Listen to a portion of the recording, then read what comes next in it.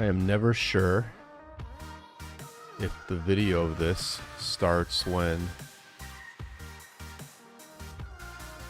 Alright, looks like we're maybe live. Oh, we're live. Okay. They didn't even give me the option. Hello, everybody. Happy Sunday. Follow me. We're getting right into it. Y'all. This is how you start a stream. For everybody out there who wants to be a ROK YouTuber, this is how you start a stream. You wake up, you make your coffee, you do not drink your coffee, but you grab your coffee, and you start a stream right before 1824 is about to charge your ass, and this guy's just gonna get wrecked right off the bat. Thank you, sir. We should just quit for the day. We're positive trades. That's all that matters, positive trades. When I woke up, the team was discussing, oh, maybe we shouldn't care about trades. Maybe we should just freaking go in. I was like, hey, I like that conversation. But hi, everybody.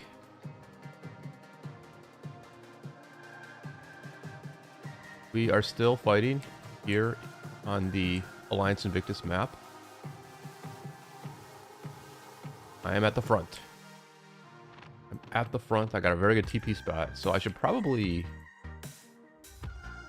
Oh, rally's coming in. All right, let me pay attention to one of my farms here as well. I didn't even realize the rally was coming in. This rally has no chance. All right, so we're just gonna lock in here for a second, then I'll say hello to everybody.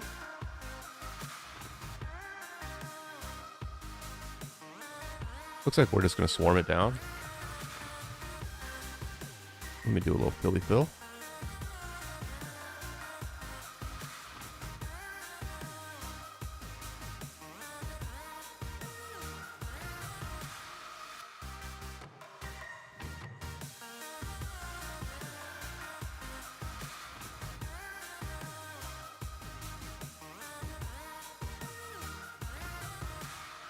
I will say that there was like a brief time, maybe, I don't know, a year ago?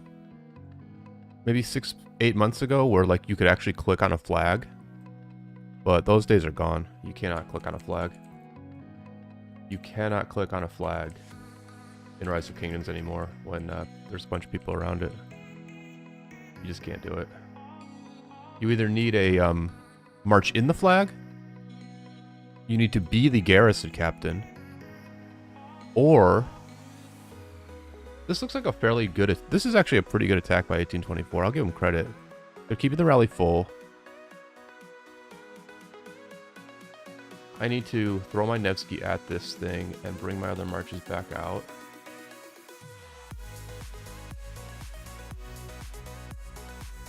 There, the Nevsky went down.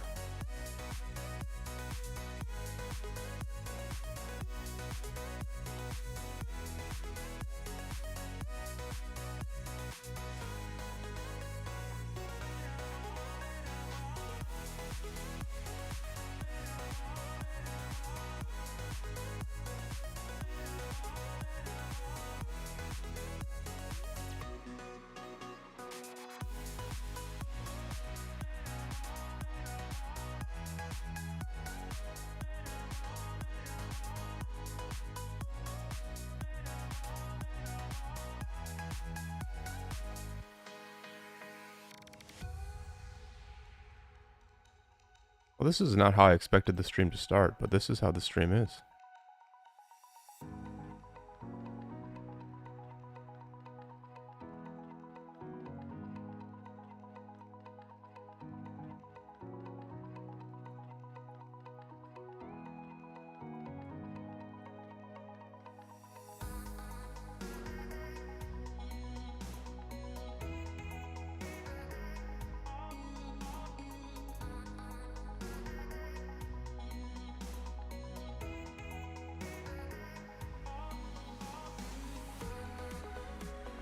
Guessing they burned it, yeah.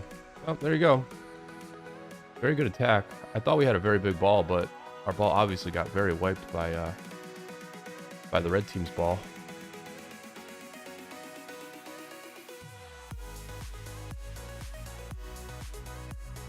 So, yeah, good attack by the enemy there. It has been a good fight in this zone for sure.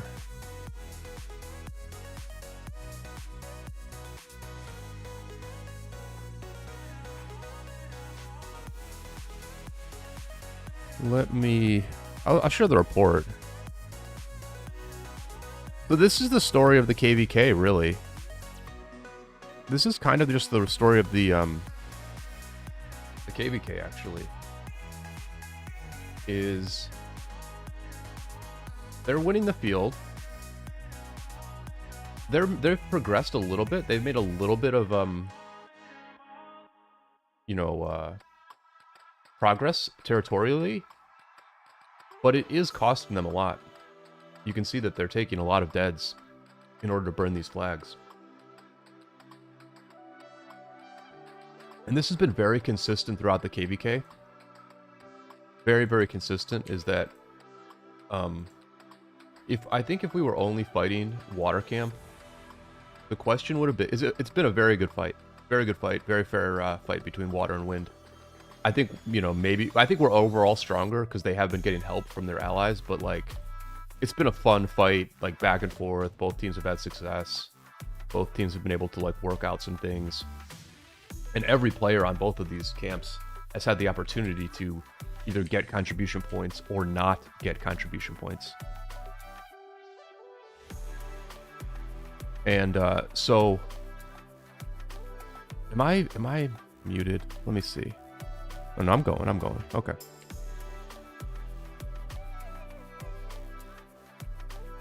But, like, the question would be, would we run out of speed ups, or would they run out of troops? Because they have lost a lot of troops attacking our structures. But they do tend to win the open field more than... When they get help from Greenwood, for sure, they tend to win the open field. Which it doesn't look like there's a lot of Greenwood here today.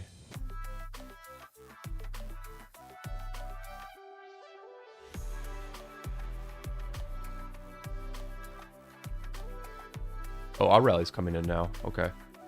Now our rally's coming in.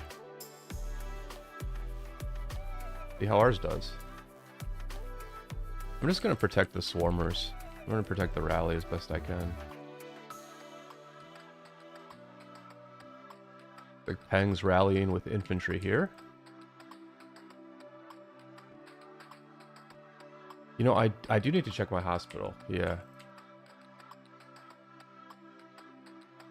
Oh yeah, I gotta check that hospital for sure.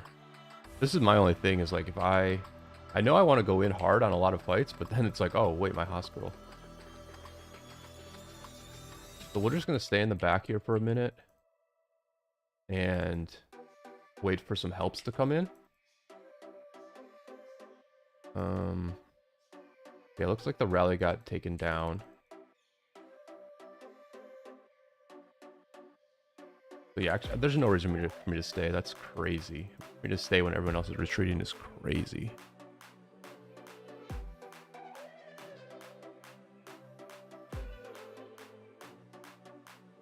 But yeah, we're just kind of fighting we're fighting to fight.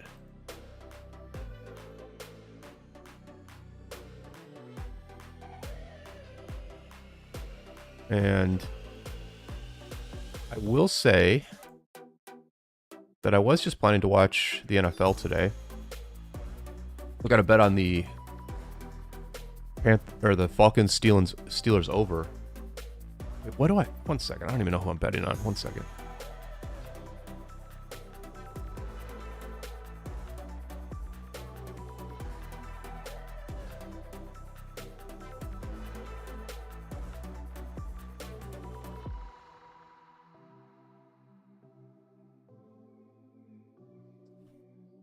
Yeah, I have a bet on the Saints Panthers over, which I didn't even check the score of that when I woke up. Oh, this is going over. Okay.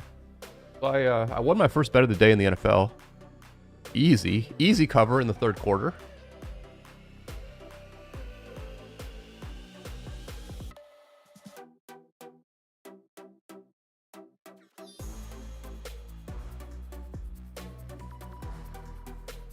Let me up to this hospital.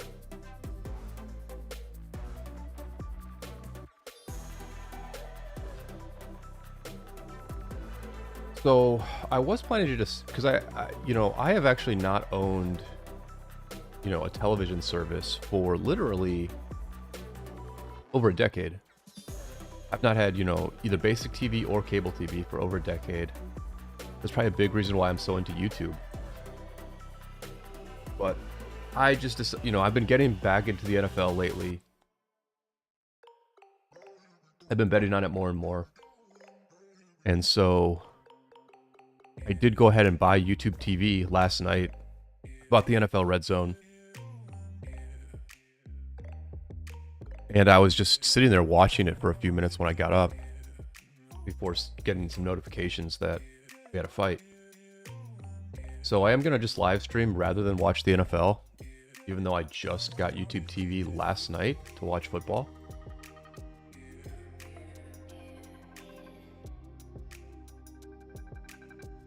But I was also a little bit inspired by watching NFL Red Zone. I you know, paid the add-on for NFL Red Zone where you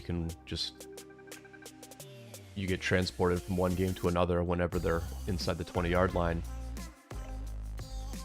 And it was just one dude in a studio who was doing the commentary. He was actually talking about the games, you know, what had happened on previous plays, what had happened in the first half.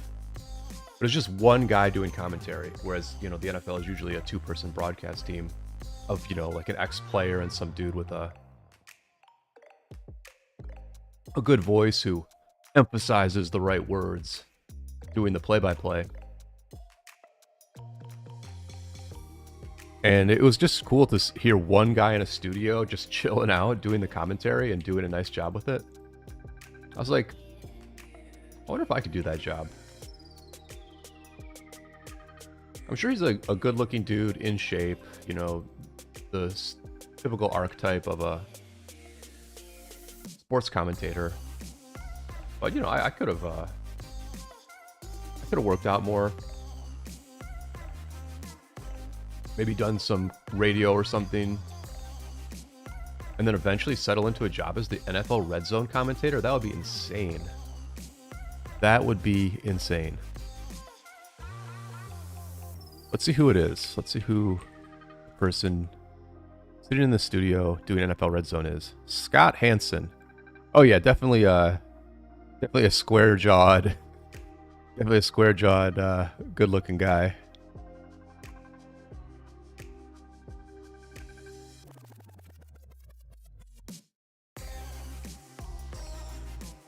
Oh, and he's 53 years old. So yeah, I mean, the tough thing is you have to grind for so long.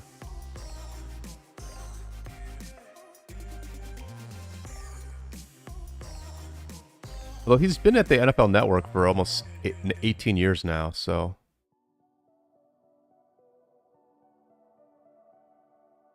Yeah, I mean, you know, anyway, I don't even know what I'm talking about anymore. I'm just having my first sips of coffee. HDT, welcome to the stream.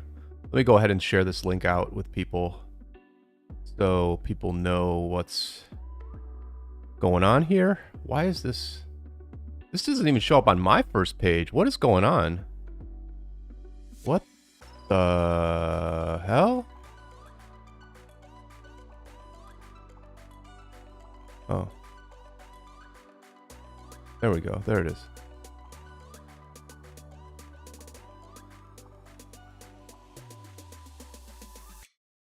Everybody throw a like on the stream early on. That'll get some more people in here.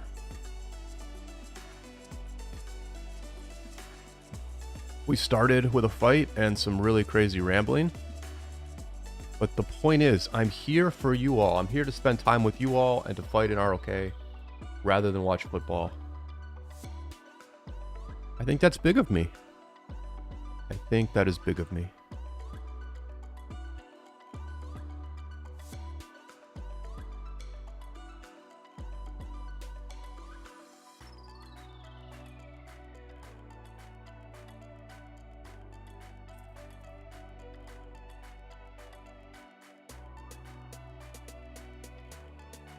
These are two very difficult flags to defend. Obviously, there's almost no cities nearby. There's this one N70D city here at this flag, but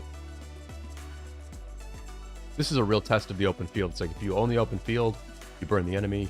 If you lose the open field, you can't burn the enemy. And if you hold the open field, then you are able to defend your flag. Generally speaking. Generally speaking.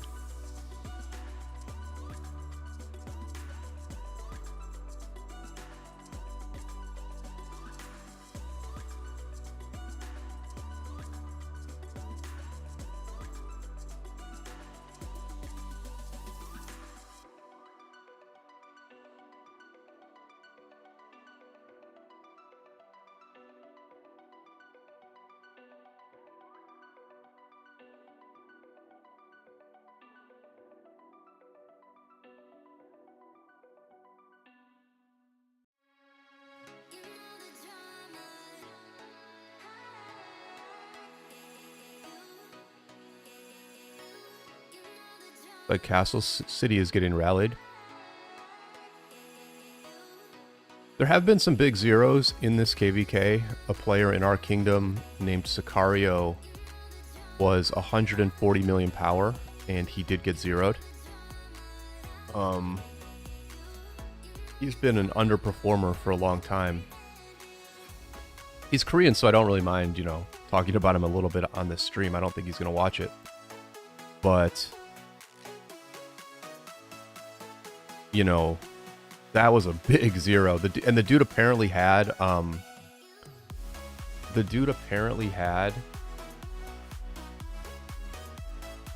25 billion resources as well. So the enemy got the kill points of zeroing some guy with, zeroing somebody with 140 million power, but then they also got about 25 billion resources from him. That was a huge zero for sure.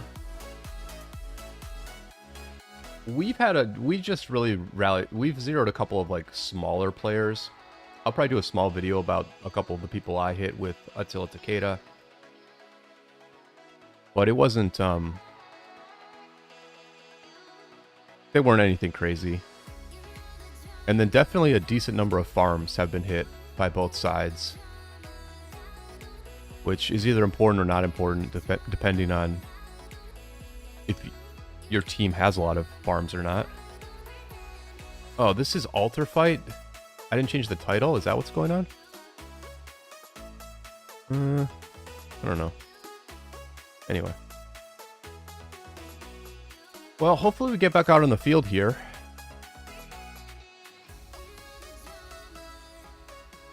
We kind of had a big group, and then now nobody's here. And I was like, hey, I want to live stream. This looks very promising. But we'll see what happens.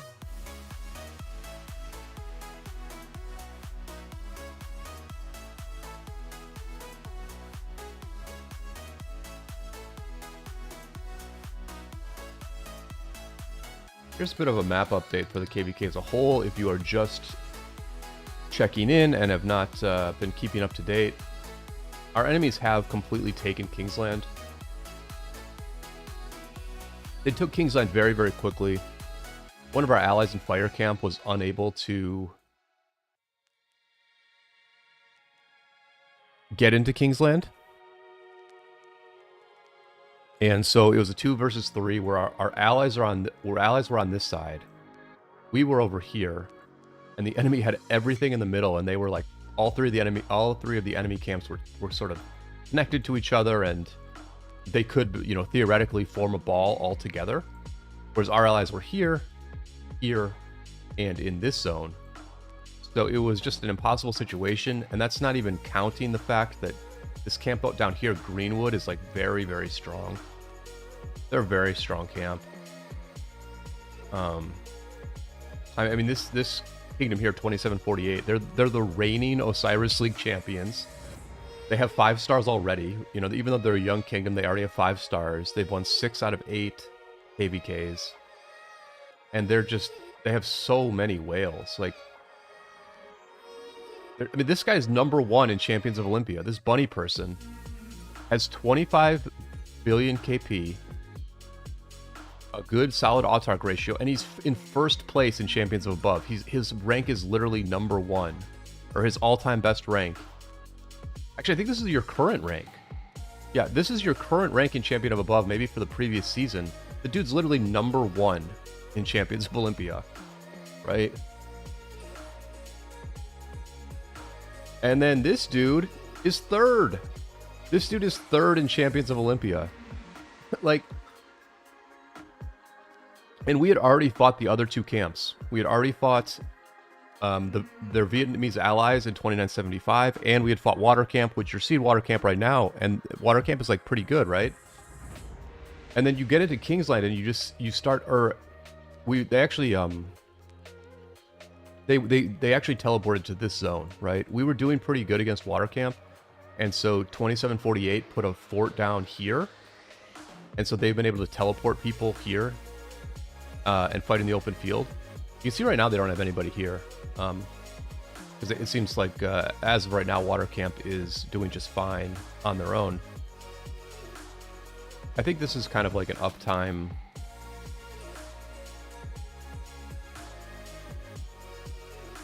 Oh my gosh, we're gonna let them burn this. Oh, so we're like really slacking now. Are we gonna really let them burn this fort? Oh my gosh. We lost that one fight and everybody just disappeared, man. Absolutely disappeared.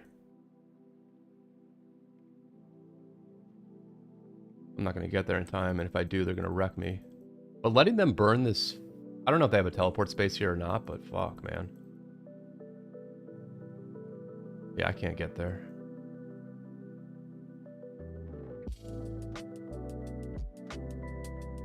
I would hate it if they could actually teleport somebody there. They can't. They can't. There's no way. No way. You can't teleport anybody there. Yeah, Greenwood is like a really strong... I mean, 2740 is a very strong kingdom, so... I mean, it was just, you know, this KvK went as people expected. This KvK went exactly as we said it would. But it's been pretty fun. It's been pretty fun. Irrigandir, welcome to the stream. Seba, welcome to the stream. Pocket, welcome to the stream. Pocket says crappy Diplo. Yeah, I mean, it's interesting. I think... So the other night on Voice, we were just talking and I said, do you think we would have won if we had done fire, water, and wind? Which everyone sort of, which a lot of people, or at least when I was talking to Dirty Dan, we tended to agree that that was the most fair fight. And I said we would have like at least a 50% chance to win, but I actually got a lot of pushback to that where they were like, no way we would win because fire would still get locked and it would still be 2 versus 3 in Kingsland. It would be water and wind against Daybreak, Greenwood, and Earth. Which, I mean, if the KvK plays out the same way and you just, like, assume fire will never get into Kingsland, then sure. And that is why we were trying to make a Diplo of us, Greenwood, and fire. Right? That the other team insisted was unfair. The reason we were trying to do that is because if fire's going to lose this zone and not get into KL, then we have to have the advantage down here. Like, we have to have the advantage. Right? If they're going to have the advantage up here, then we have to have the advantage down here. I do think we would be the favorites in that scenario, but I think it's just a flaw with the map. I honestly think it's just a flaw with the map. Because this zone is just silly. Why should the 2 biggest camps have a 1v1 where the 2 passes are right next to each other? That's just a flawed map. It's just completely flawed. Because if your biggest ally, which these 2 top kingdoms are presumably the biggest ally, if one of them doesn't get into Kingsland, then that just like changes the map completely. That changes the matchup completely. So it's really mostly a flaw with the map, I think. But obviously, obviously the matchup was unfair. They had the most whales by far, and that's how it played out. Like having the most whales and having the most KP is what matters. It's who cares about who has the most power. That's just crazy to put power on the same level as whales and KP, right? You know, I would bet that this kingdom here, this camp down here, Greenwood, I would bet that 2748 had more people spending like $500 or more in this KvK than our entire camp had. So like one alliance down here had more big spenders than our entire camp. And then they're also allying with another group of big spenders up here. And that just is a big deal, man. That is a very big deal. So yeah, Alex says just so show KP rankings, Brian, that says it all. Well, as of right now, 2268 has more KP than 1824. Most of the time in this KP, the enemy team had the top 3 in KP, but right now 2268 is in 3rd, so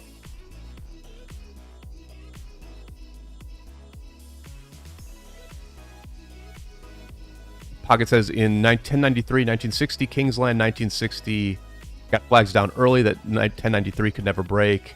So KL was more or less decided when 1960 got their opening flags down faster, which is dumb. Yeah, I think that KvK ended up being good in spite of the map. You know, I think it was just the nonstop pressure that both teams applied, and some, like, I would say very good play from both teams. You know, like good building by 1960. 1960 did a good job of disrupting. They did a good job of disrupting the entry into Kingsland by 1093. I think 1960 had the faster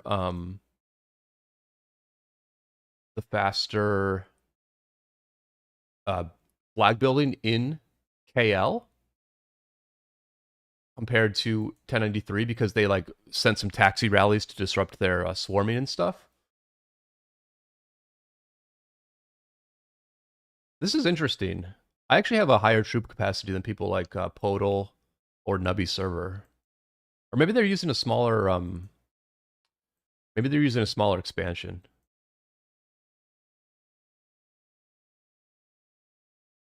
So welcome to the stream.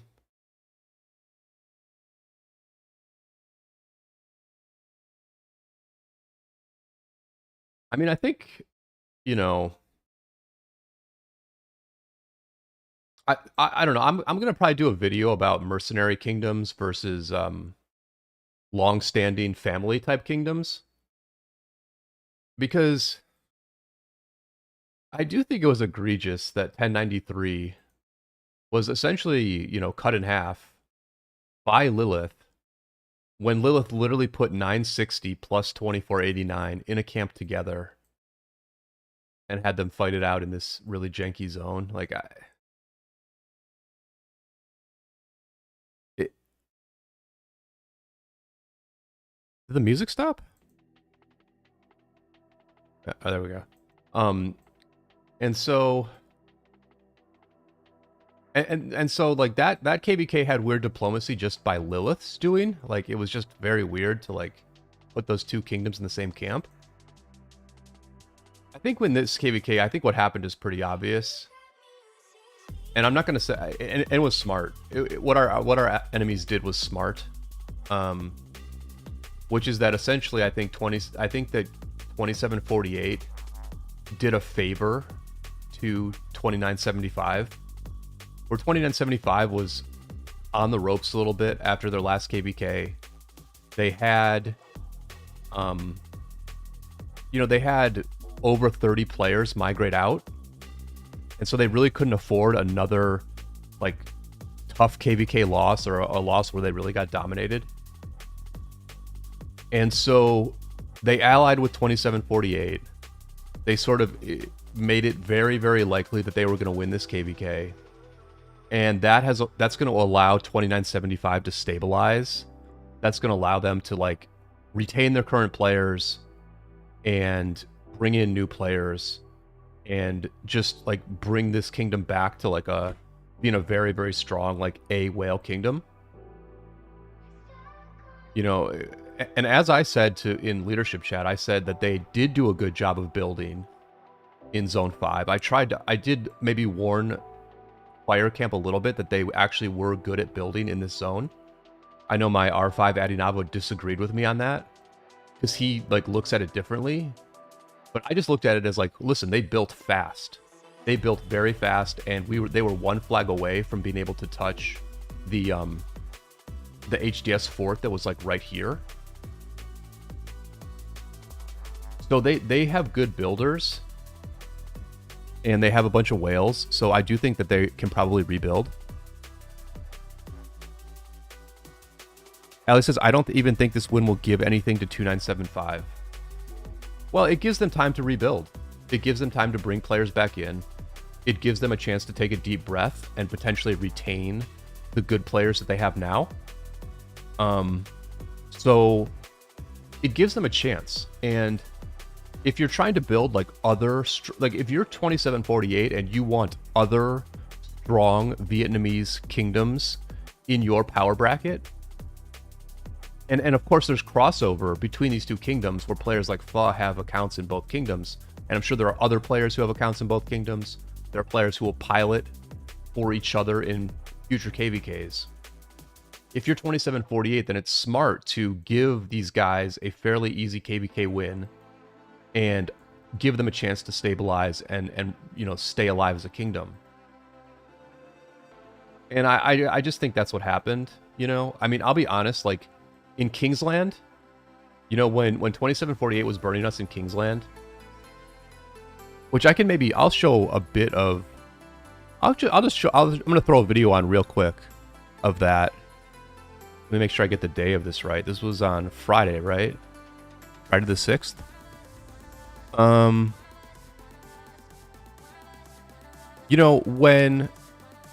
When these guys were like kind of wrecking us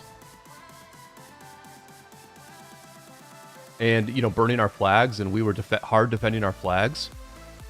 The truth is, let me make sure my marches are safe. They are, okay.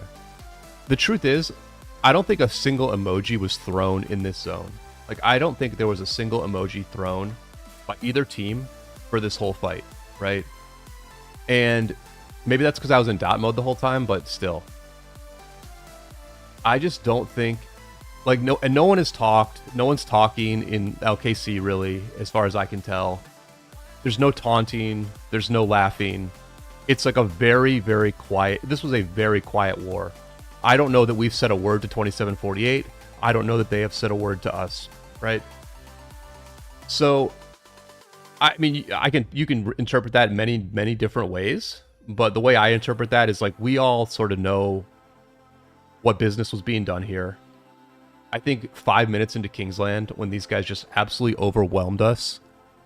I guess I can just show that, right? I can just show the beginning of the zone. Which I'll be honest, I put this ball like way too far forward. Because like these guys came in such big numbers and they hit so freaking hard that I just think like 5 minutes. Like listen, man, I was freaking out here. I was trying to get to this flag, and I'm just like, I cannot get to this flag. It's not possible. It's not possible to get to this flag. And in a minute or two, they're just going to overwhelm us. I obviously put this ball like way too far forward. We should have just been defending our flag line. But this is like 30 steps into the zone. This zone is so small that I didn't realize that, we literally needed to ball up like 10 feet outside the pass. We should have maybe balled up here or something. But listen, these guys pushed us back to the pass in like 10 minutes. And I think at that point, they knew and we knew that the war was over. That like we could not deal with them in the open field. We're a totally different group than they are. We had already fought their other two allies, already. And it's just like again, like I said, these guys are first place in Champions of Olympia, third place in Champions of Olympia, and they're the defending Osiris League champions. And, they would come over to this zone. And you would like see a name that you hadn't seen before, right?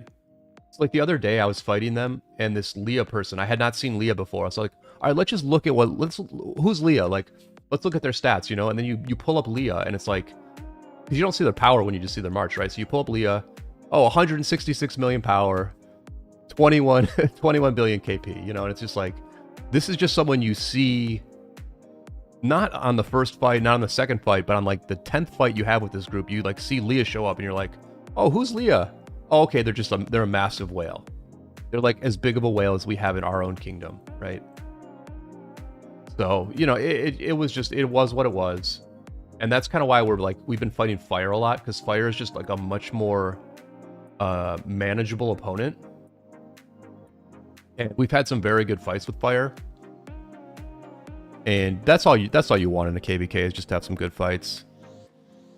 Sosa says he counted 1,000 marches. I mean, it was a lot of marches for sure. And we just got mollywomped here. And here's my march that was trying to get to that flag. I'm still trying to like juke them. I'm like, maybe I can juke them, but their ball just keeps coming. Their ball just literally keeps coming. I think I just run for it. But there's no way I get there. Look. There's like a city right here. So it was over pretty quickly, you know. It was over pretty quickly.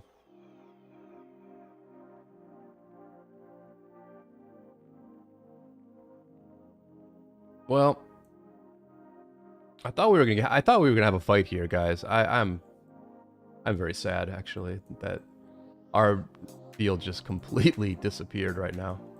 I mean, we literally had like 50 people, and or 50 marches, and then, you know, people were setting markers and stuff, and I thought I could just like chill out and stream a fight, but I guess that's not gonna happen.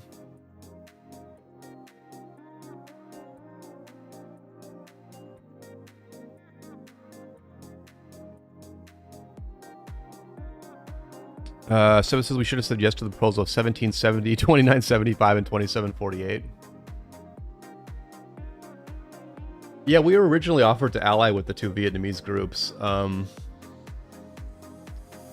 I sort of disagree, Seba. I honestly disagree with you. I mean, you might be joking about that, but I think it was better that we actually did have a good war where like everyone got to fight a lot. I mean, as you can all see, I'm 117th in kill points. I'm 116th in heal points. So I'm gonna, you know, get a very solid. I think I'm gonna get very close to. Yeah, I'm at like 900,000 KP right now. So I'll get over 1 million KP in this KvK, which is solid for me. That's not great. That's not going to be my all-time high. But like, yeah, I'll get over 1 billion KP. A lot of other people have gotten to fight a lot. All of our players have had a chance to contribute so that they can stay in the kingdom. Because obviously we do need to do a very big purge after this KvK, you know. So, oh, okay, so we've got a fight here. Castle is actually getting rallied. Oh, I'll walk over here actually. Not there. I'll go ahead and walk over here. So this is where the fighting is. Sorry. You know,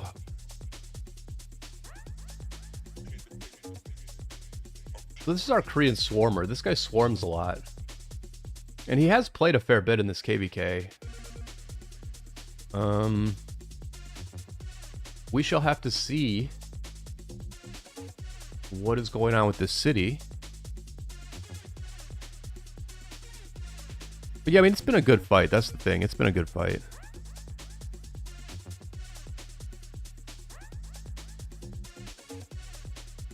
Yeah, 2268 is moving on after this KvK. They've got their new kingdom.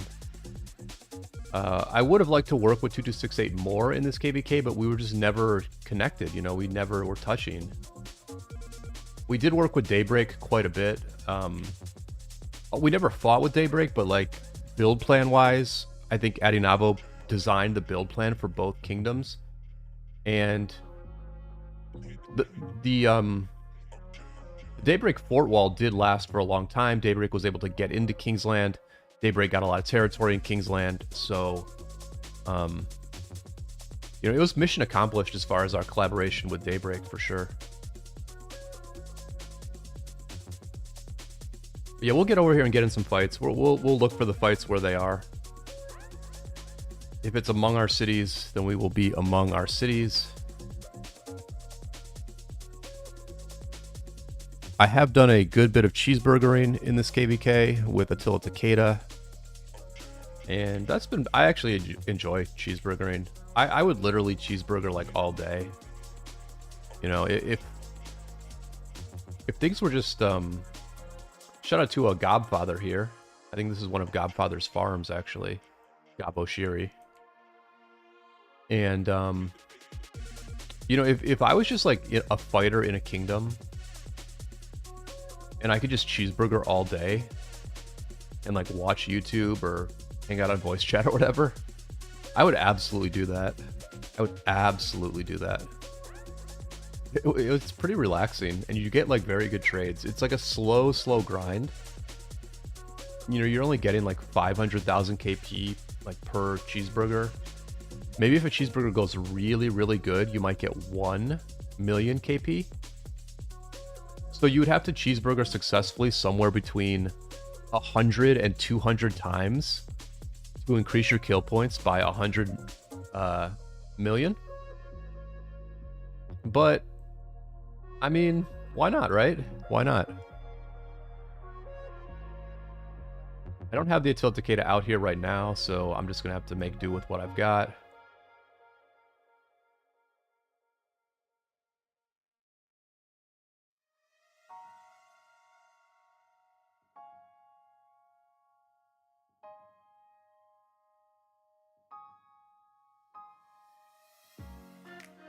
But cheeseburgering is, you know, I think the thing is like, if you want to get KP in this game, you can get KP. If you want to be a free-to-play who...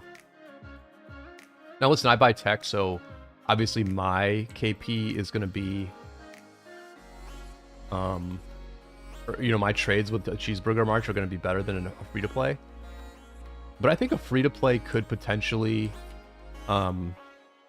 get somewhere around break-even KP with cheeseburgering. And so you could then do that all day.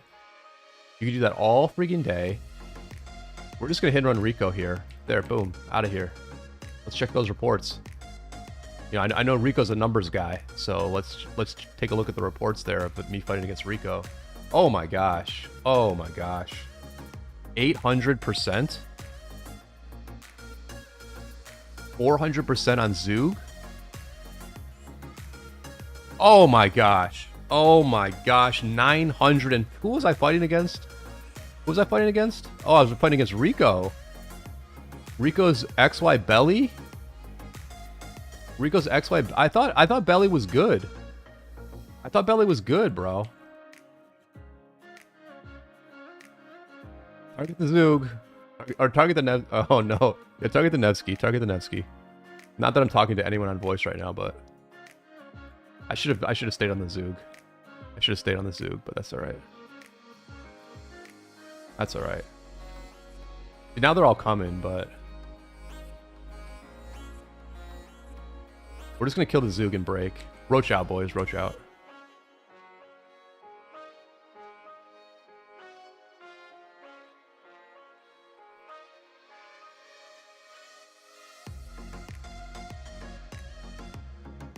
There's a little fighting down there, too.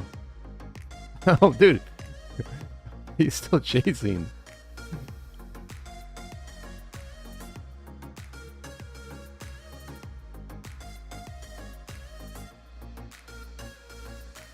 Oh, we actually won this. I should have stayed.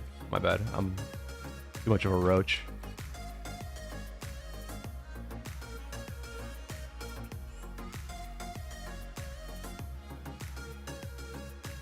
But yeah, I mean, if you just put in the effort, listen, it is difficult. It is difficult to put in the effort. Because if you're a free-to-play fighting against like tough opponents, because look, we are fighting against tough A kingdoms here with like very good open field, where like their strongest thing they do is the open field.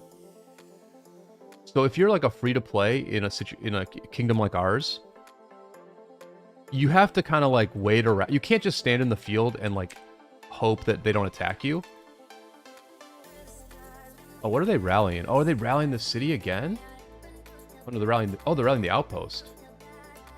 Is anyone on this shit? Like, is anybody? Anyone like? No one's even saying anything about this.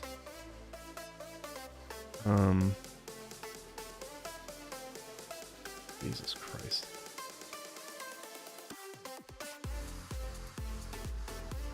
All right. See, I'm nowhere near this, so I need to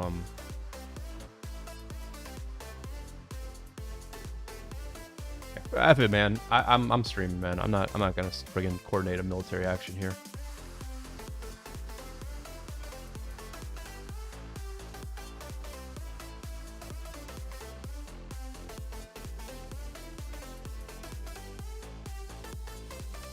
Guess I'll port over here.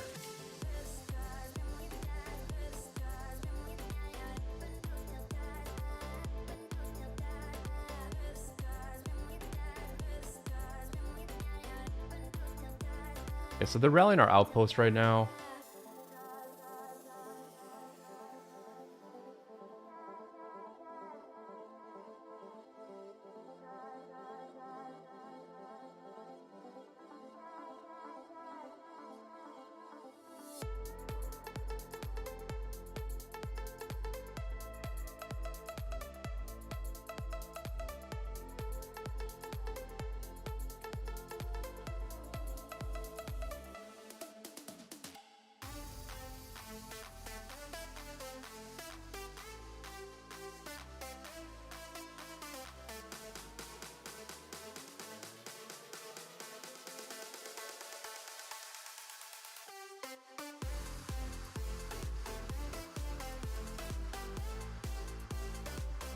I did say in a video that outposts are pretty powerful, but it looks like this one is under some real threat right now.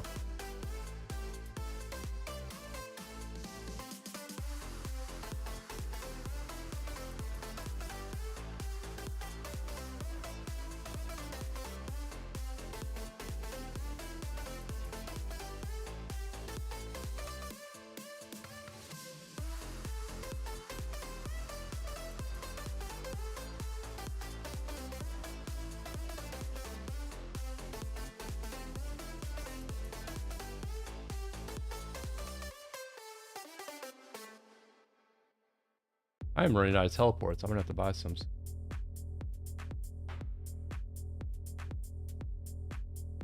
Oh, these TP spots are crazy, bro.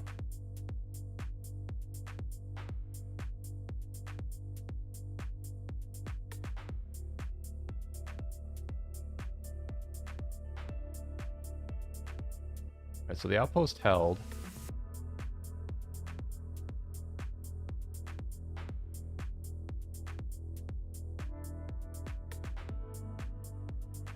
Sorry guys, I don't know how long this stream's gonna go. I kind of thought we had people like doing stuff, but we're just like real quiet right now, so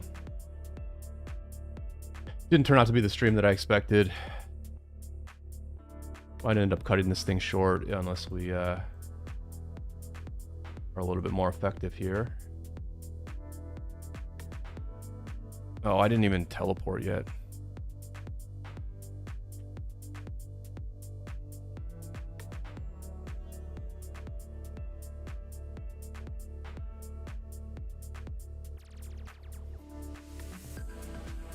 And they're still attacking castle here.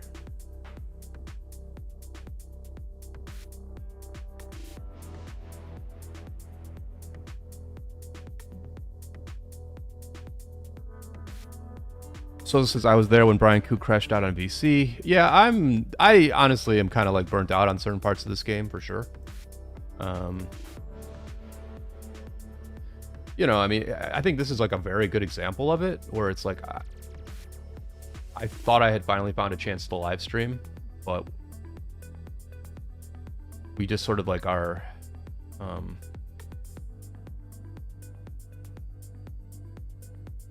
I mean, look, I think that in all honesty, what I've seen in this KvK is that like our alliance can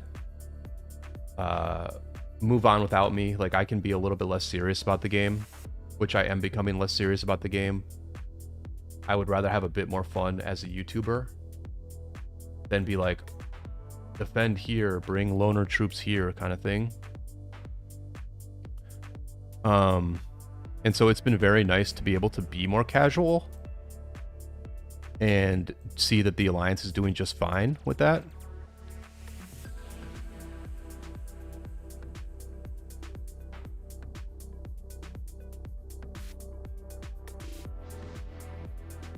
But, you know, I mean, maybe we'll get a good fight right here. We'll see. We've got better teleports here and stuff like that, so.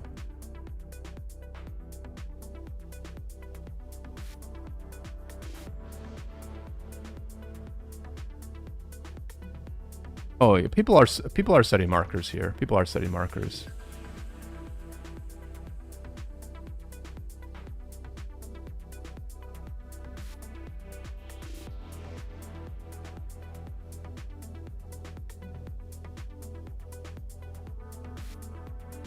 Do I use my last teleport to go right there? What else took it? Okay. All right, looks like we actually have this under pretty well under control.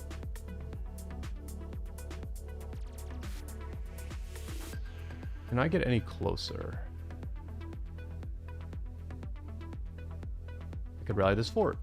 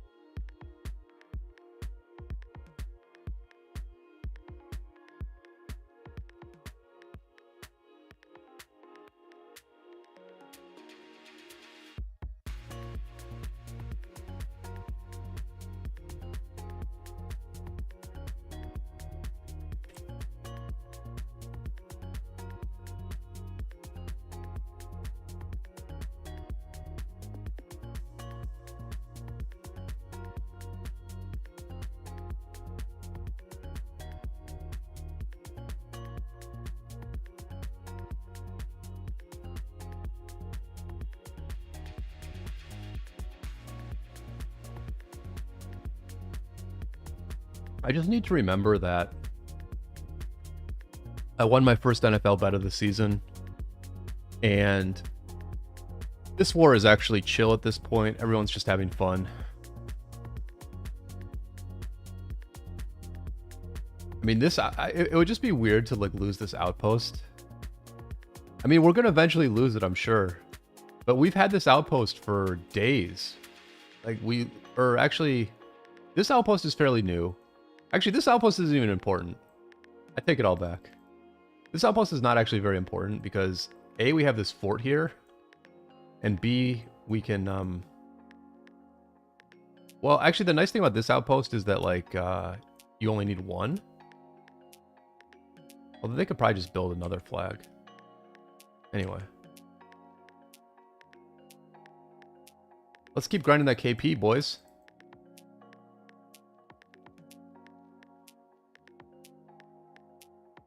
We definitely want to get 1,000,000 KP. We're on our way. I would love to get top 100 in Autark kill points. And I do have an outside shot at that as well.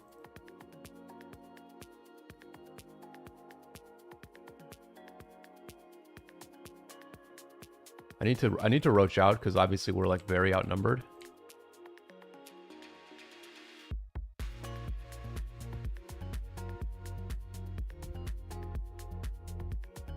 Gonna roach out with my teammates here. A little poke. All right.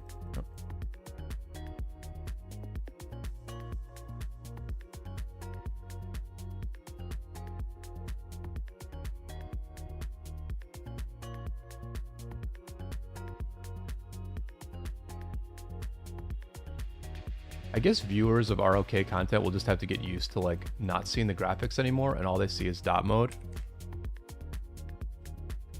Because you just have to fight in dot. Actually, it's actually not true that you have to fight in dot mode. Algebra, who is, you know, one of our best players and is very high up in the Autark leaderboard. Algebra is in 28th place. Algebra's in 28th place in Autark. And he actually doesn't fight in dot mode. He fights in just normal mode. He says dot mode is noob mode, which I don't know if I agree with that. But obviously you don't have to fight in dot mode. Obviously there are people who make it work very well on a PC with a mouse and keyboard, not fighting in dot mode. I assume he stays out of dot mode in order to to control his rage better. You know, you're a little bit more aware of your rage bars when they're in the middle of the screen. I think most dot mode players, including myself, would agree that we don't really look at our rage bars all that much. Maybe some people do. Maybe some dot mode players do look at their rage bar a lot. I rarely look at it. I look at where I am on the map, where I am in relation to the enemy, where I am in relation to my teammates, and I really just decide what to do based on that. Hopefully people join my rally. Oh yeah, we're fine.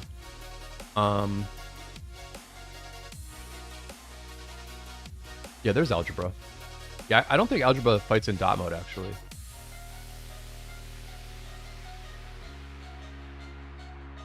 But I guess it does help you with your rage bar a little bit more, where you can like look at your rage bar and look at your location on the map.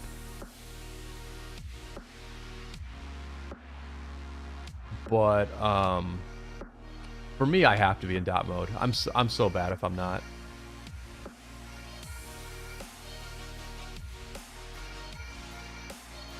And I do have decent gear at this point. I mean, I do have decent gear. I have full legendary gear on 3 of my marches. Actually, for the most part, I have. When I'm fighting with 4 marches in the field, I often have legendary gear on 4 marches. This is my Nevsky set. Great set. Great set. This is my Justinian set. 4-piece cavalry set. With a tier 4 horn. My infantry set is also very good. 1 critted Eternal Knight, everything else just tier 1 legendary. And my archer set is also all tier 1 legendary. You know what I should do? I should... Oh, no, I can't do that. I would love to have the Mora's Web on the Justinian, because then, you know, Justinian and William already do a slow, and they're a fast march. So the Mora's Web would... This is like my main slowing march. In the absence of having Huo, my main slowing march is really Justinian and William. So it would be nice to have the Mora's Web on the Justinian, so that I could slow a little bit more. But I have the horn on the Justinian right now because I've been rallying a fair bit. You know, I've been like rallying cities and stuff, and so my rallies do get swarmed. And so I wanted to have the Vengeance on this like main set, right?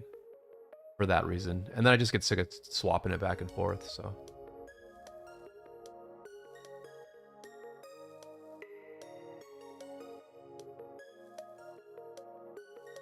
So also said I heard Peacemaker was quitting ROK. Best says 2.6 billion KP this KvK in dot mode and B seed. Great, that's awesome, dude. Congrats. Yeah, I mean, you can just put in work, you know? It's like, I find dot mode very powerful. Very, very powerful. And I think I have very good open field movement. Obviously on my first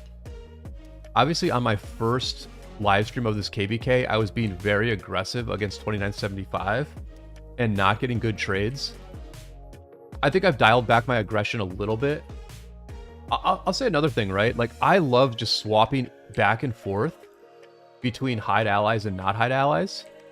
Because like when you don't hide allies, you can see the numbers very, very well. You know, so you can like assess the fight, assess where you should go by having all these squares on the screen.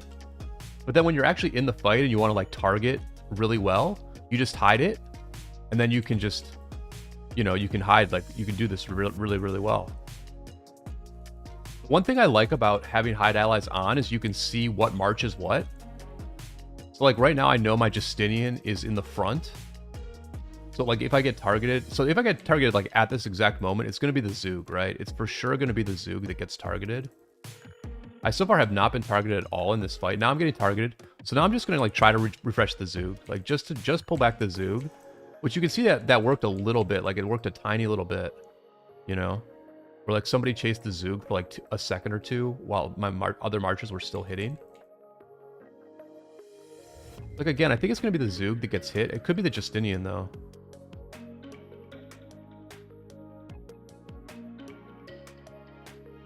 So, I mean, look, I'm not the most...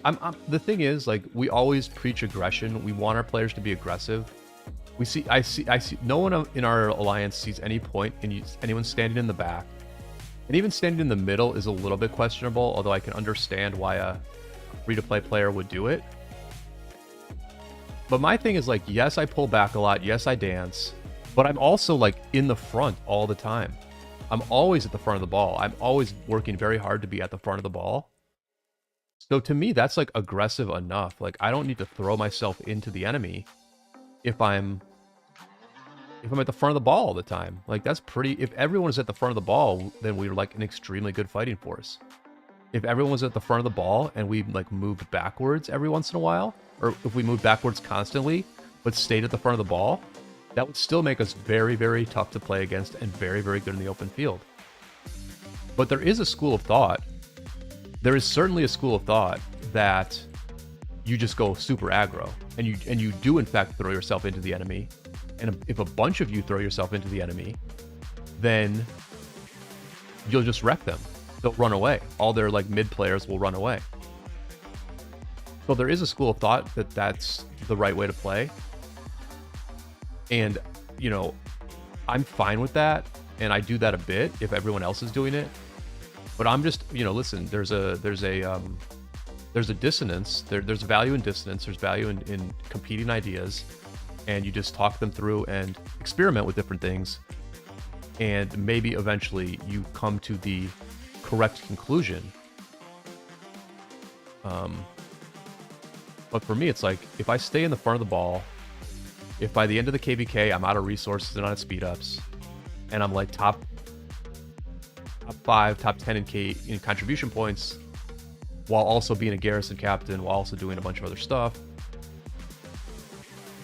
then I think that's a pretty good sign that I'm being effective, like that my way is pretty good. Especially when most people fight like me. Like most people like to dance.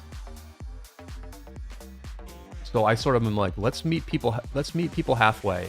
Let's say, okay, you can dance, but you have to stay at the front of the ball. If you're going to dance, you have to be at the front of the ball. If you don't want to dance, then A, charge in, and B, tell us you're charging in, tell us that you're being aggressive, and we will respect that effort, and we will be even more aggressive than normal too, right? Like when I have a teammate who's charging in, and they're like on voice, like, be aggressive, be aggressive, be aggressive, I'm charging in. Like Barney did this the other night. He was like, I'm charging in, boys. I hope you get, you know, a good trade off this. I did not retreat when being attacked.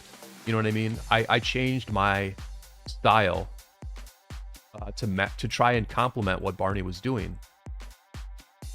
And I'm fine with that. But in a situation like right now, in this exact moment, like if everyone's dancing, no one's charging in. So like, it just doesn't make sense for me to stay at the front and get wrecked when I can literally just dance with my teammates instead, you know? And obviously like, the enemy has refreshed and we should probably just like retreat actually. Yeah, I'm just gonna say retreat. We stayed too long there. We stayed too long, but that's all right. That's all right. Oh, wow. So bus driver confirmed that Peacemaker is quitting. Wow. Yeah, I mean, you know, Look, I think there's a lot of good players in 2268. As I said back in the last war, 2268 was very good in that last war. Like they were very good. They were very effective. I think a big reason they were effective was because of SW, and we did sense that at the time. You know, our sort of assessment of that war as it was going on was that a lot of the SW players were pulling a ton of weight. I mean, that's partly because we sort of associated Addie Lloyd and Fluffy with being part of SW, which maybe is not the case. But, you know, Chadsky was very effective. Peace was very effective. I mean, those were the main two, actually. But there were others that I'm just, like, not quite thinking about right now. But it felt like, you know, Peace and Chadsky were, like, really moving that bus forward a lot. No pun intended. So, and I think we're seeing 2293 do really well in their current KvK. I want to go over there, but I guess Castle is getting hit again, so I better bring my marches out. But I think we're seeing that SW is quite an effective group. In their current KvK.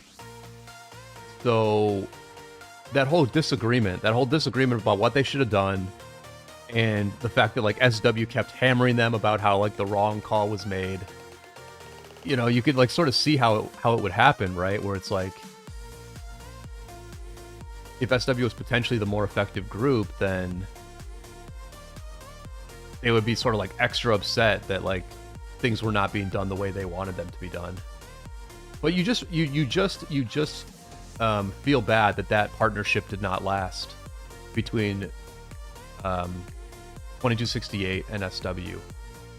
You just wish it would have survived and they could have brought in more people and brought in like a downtime crew or something like that, because I think they're two like talented groups, but they're like kind of like two small cores at this point.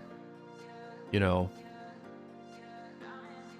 a 20 to 30 person core of like very good, like dedicated players that also contains a half dozen like leadership types. That's a very valuable. I'm just waiting for helps right now. I'm just sitting here waiting to get some more helps. Before I bring my marches out. Although this city is getting swarmed, so let me just cheeseburger, I guess.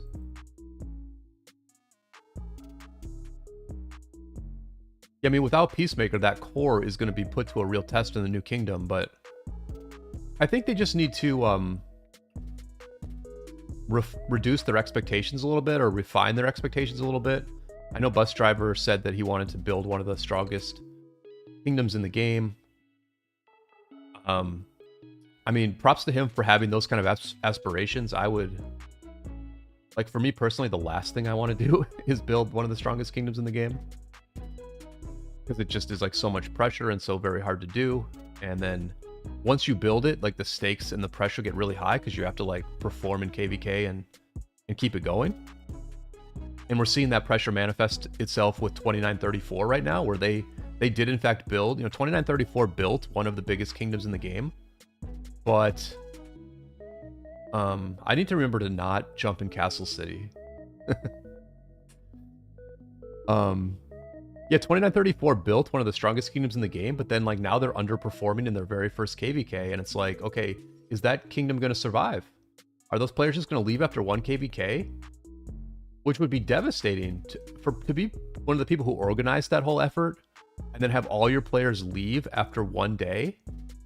Or after one fight, like I think that would be pretty devastating.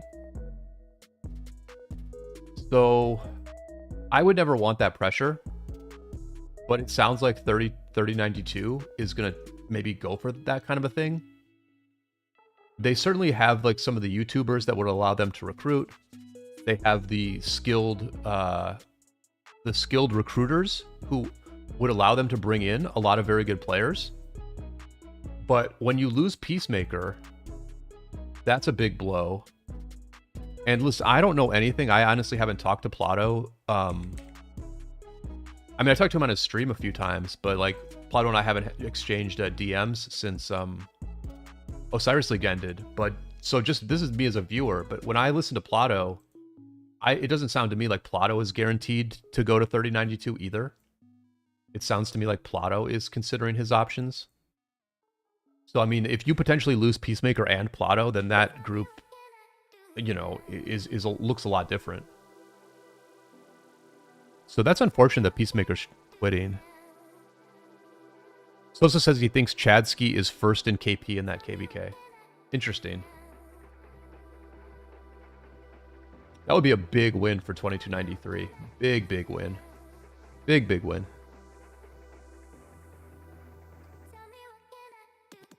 Did I heal? Did I heal? I did not. All right.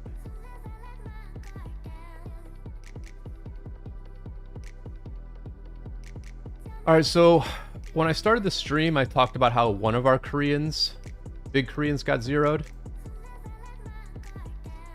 And we are seeing a second big Korean get zeroed. We're seeing a second big Korean get zeroed right now. So, I mean, look at Castle's highest power. He did not have this much power when the KvK started. Castle is basically a friend of White Castle. So White Castle is one of our biggest whales, and White Castle is very effective, obviously. He's got 25 billion KP.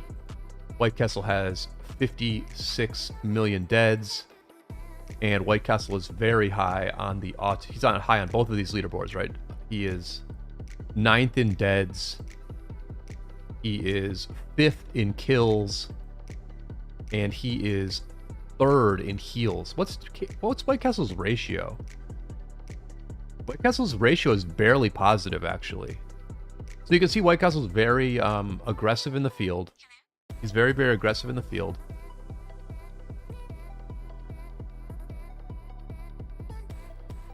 And he's certainly one of our better Koreans. But we got a lot of fat Koreans, man. We have a lot of very fat Koreans who don't do a whole lot. We also have a bunch of fat English-speaking players who don't do enough. So I think sometimes people thought we were a different kind of kingdom than we are. But we're basically just a fat kingdom who doesn't pick people out as often as other groups do. And if you do if you're like a good player who likes a family environment where it's like you actually get to play with the same people KvK after KvK, and where you're given like a little bit of leeway to, you know, if you've been around for a lot, like Ryu, right? Ryu used to be like one of our biggest leaders, like super key player. Ryu was a super key player in our group, right? Now he's got more of a life. Ryu's doing other things. He's spending less time on the game. But he has been given space to figure out a way to make his account you know, enough of a contributor to survive in this kingdom. Now, I don't know for sure that Ryu is going to make it, because 85 million KP, or 85 million power with 2 billion KP. I mean, you know, you can see he's only got 87k helps. Like, he's not super active anymore. Great guy. Right. Ryu's a great guy. But we give people like this time to like figure things out and maybe either make a comeback or, you know, bring pilots on, do whatever they can to contribute enough to stay in the kingdom. But at the same time, we also have given that leeway to too many people for too long. And so now we're very fat. And so after this KvK, we are going to have to like actually ask a lot of players to leave. Our only question is like how big of a culling are we going to do? Like, how many players are we going to remove? Is it, you know, is it 15% or is it 30%? That's really the only question. The only question is, are we going to remove 15% or are we going to remove 30%? Because one could certainly argue that we need to remove 30%. But that's a lot of people, and that's some people who we are friends with, who we have known for a long time. So we'll have to see how it goes. You know, we'll just have to see how it goes. Where's my friggin' Scipio? Get out of here, boy.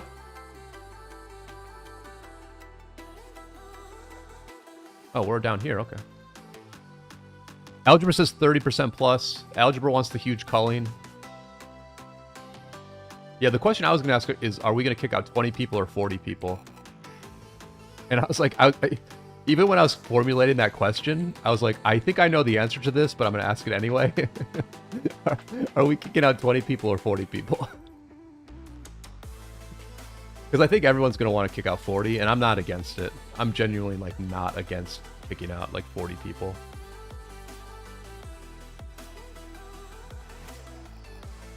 Okay, let me hit these reins. Look at this. This is juicy.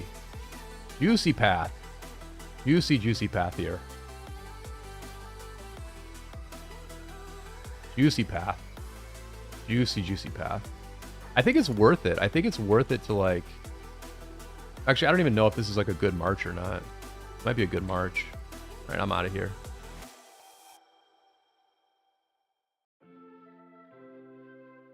Oh, what's this dude? Who's this dude? Oh, this guy's like... This Barbu's dude is wilding out today. We're gonna punish this dude again.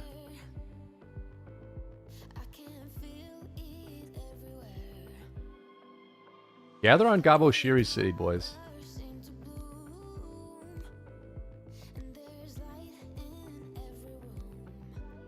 Natsu is dead. Shout out to Natsu. Shout out to Algebra. Shout out to Seba. Appreciate your support. Always much appreciated. Can one of you guys try to, like, can Natsu or Algebra try to sort of announce... Aren't you able to announce every month that you've resubscribed to the channel? Can one of you try to do that just so I can see what the notification looks like? Oh, Seba's membership is gone. That's alright. I understand. It's all good. Just don't get zeroed, Seba. That's all I'm saying. Don't get zeroed like Castle. Don't get zeroed like... Sicario. And don't get zeroed like...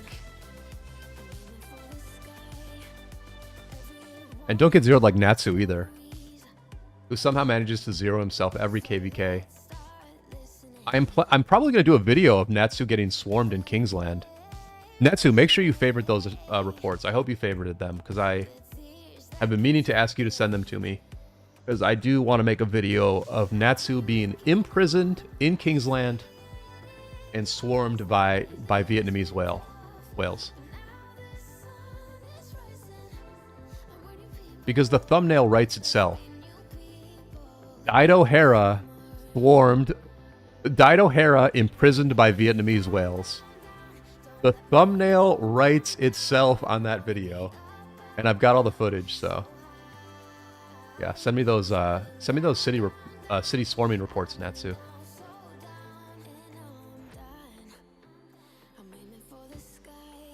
Magnus's farm got hit. Yeah, so Magnus is one of the new migrants that we had in our kingdom. I haven't spoken to him during the KvK,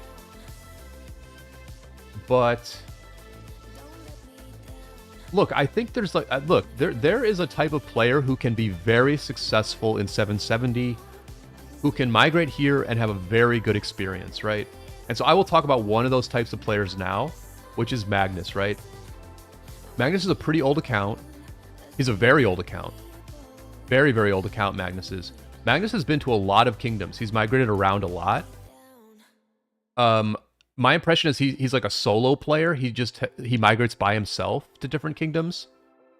You can see he has, like, you know, solid stats. His stats are not amazing. A player like Magnus would not be accepted into a quote-unquote top A kingdom. You know, I don't know. I assume Magnus will be accepted into 1824 as well. So you have to decide between, you know, a group like 1824 and a group like ours.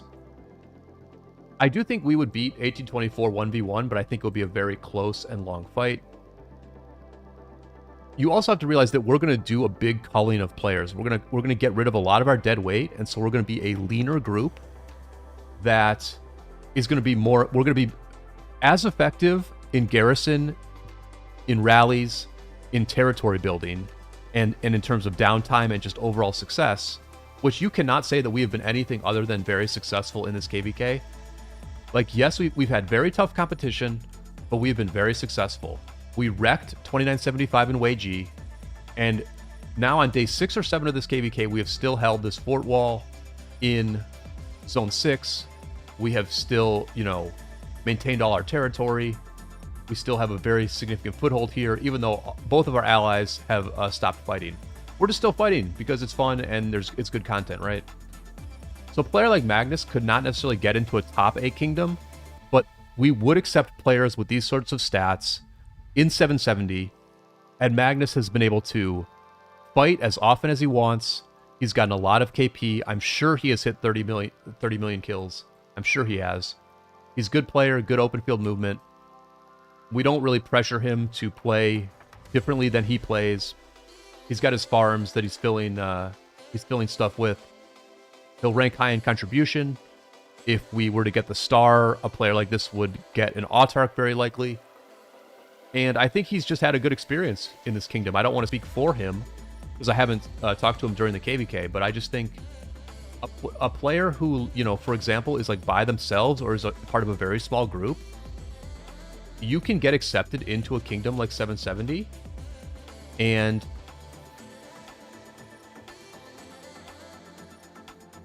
oh man, I need to go to HDS and get teleports. Let me message Addy for teleports. But yeah, I mean, this is a good place to migrate to. The pressure is not that high. The expectations are not that high. You can play whatever time zone you want to play at. And have a very, very good experience here. Very successful experience, right? Where even in a KvK that we're losing, we're getting good trades. And people are able to fight for a week straight. You know, after fighting at 3 altars, we fought in 3 altars. We won all 3 altars. We won a Zone 5. And now we're fighting for 6 or 7 days in the main war.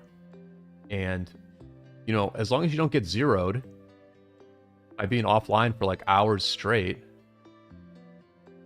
you can have some good ratios as well. I think Castle probably just went to bed, right? It's like, it's very late in Korea. And so he was probably up all night fighting, and he just forgot that he was off territory in HDS. And he's getting zeroed.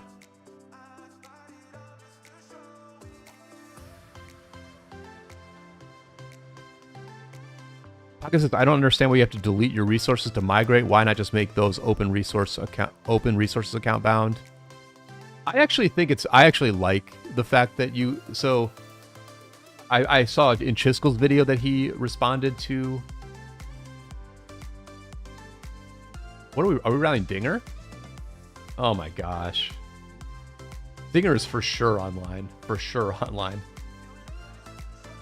I gave Dinger some ponies the other night. Dinger tried to reinforce a city that I was rallying. So he threw a march into the city that I was rallying, and I gave both the city ponies and I gave Dinger ponies. That will be in a video forthcoming. I guess we need to get into position for when they start swarming this city. Oh, this dude probably has a lot of resources too. Castle probably has a lot of resources, man. Castle to me is borderline, like, you know, this is the kind of person who, like, some people would be like, yeah, we have to remove him, and I would be like, he does swarm a lot of flags. You know, having a whale who just swarms like a bunch of flags is just very, very useful. You know, Castle swarmed a bunch of flags in our last Kingsland, where 2068 was putting on some pretty solid defenses. And so Castle just he came on and he just started swarming every flag with the rally. And that just like really sped up and eased the process of burning across Kingsland. and reaching Wind Camp. So it's sad to see Castle go down like this, but that's the game, man. That is the game. We are far from a perfect kingdom. We are far from a lean kingdom. We have a lot of people who would never make it. They would never cut it in kingdoms that we compete against. But because we're a bit more of a family type kingdom, they have lasted in our kingdom for a long, long time. But, you know, eventually... oh, we can go in on this, right? We got a bunch of people.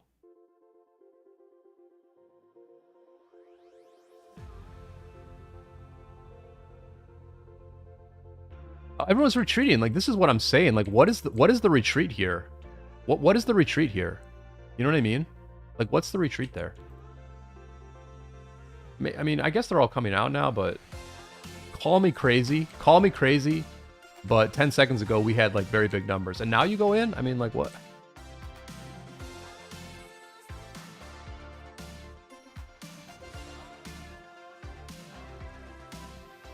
So I'm giving you the... I'm giving you the scraps of war. War is not a pretty thing in this game. Emotions get high. People, you know, have their own thoughts about how things should be. And we just sort of, and you're, you know, half the people who are participating in it are your sworn enemies. So you fight. You fight. You win, you lose. Things go well, things go badly. It's all part of this big picture that we call War and Rise of Kingdoms. And, you know, I think that a lot of kingdoms like to keep it pretty simple, right? They keep it pretty simple. We crush in the open, because fighting in the open field is super fun, right? You're seeing it right now, right? I'm having fun fighting in the open field. Dinger's bringing his marches out. This is a pretty... don't need to zoom in to know this is Dinger. Let me pull him away. Let me pull his ass away. Look at that. Look at the pull. Look at the pull. Look at the pull on Dinger. He's still chasing my Zoog. Look at, he's still chasing my Zoog. Dinger is still chasing my Zoog. That's the pull. That's the pull of the day right there. But, you know, open field fighting is very fun. And so a lot of kingdoms keep it very simple. They're like, we're gonna recruit open field players, we're gonna win the open field, and then therefore we are gonna win the KvK. We're gonna do everything through the open field. Our offense will be based on the open field, our defense will be based on the open field, and our recruitment will be based on the open field. And if you can't cut it if you don't get enough contribution, then you're just gone. You're literally just gone. I don't care who you are, you're just gone. And most kingdoms in the game do it that way. Because like I said, war is very complicated. A lot of things happen. There's disagreements about what to do. There's emotions. So a lot of kingdoms just want to keep it very simple, right? Let's just get a bunch of good fighters. Let's stand in the field, and let's just not have to think that hard, right? We are a little bit different. We try to have good garrisons. We try to have good rallies. We try to like have some of the best territory building in the entire game. And we just sort of like beat you. We beat you like where you're weak. Wherever you're weak, we're gonna beat you that way. And that's a little bit more complicated than just having a bunch of open field fighters and standing in the open field. But, you know, that's the way we do things. Khaled Seif, welcome to the stream. I do owe you a DM, Khaled. Khaled, I'm gonna message you right after this war, or after the stream. I'm gonna message you, Khaled. I think your stats are good enough to be in 770, and I just want to see if you actually are interested in migrating. Yeah, better luck next time for sure. Arfit says, why so many big players leaving the game? Dude, this game is stressful, man. This game is very stressful. It's a great game, but it's very stressful. Very demanding on time. Very demanding on money. This game, I think, has a shelf life for everybody. I'm hitting that shelf life. Like, I don't want to stop playing, but I'm just not as driven. I'm not as driven as I once was. I'm not as driven to like be really successful in I'm not as driven to be as like super successful in ROK as I once was. So because I've been playing this game for almost 6 years at this point. Like, I sort of enjoy doing different things, you know? I enjoy playing different games and stuff. Or just spending my time doing different things. I look forward to like getting into sports betting this fall, betting on the NFL and on college football and stuff. So I think people just, you know, they've had enough. You just can't play this game forever. And I think it's harder. I think it's harder for a whale to play this game forever than for a free-to-play. Because a free-to-play can just, you know, go to a kingdom that suits them and play at whatever pace they want to. Now, if they don't do enough contribution, then they're going to get kicked out of that kingdom. But generally speaking, you can like find a different kingdom to go to.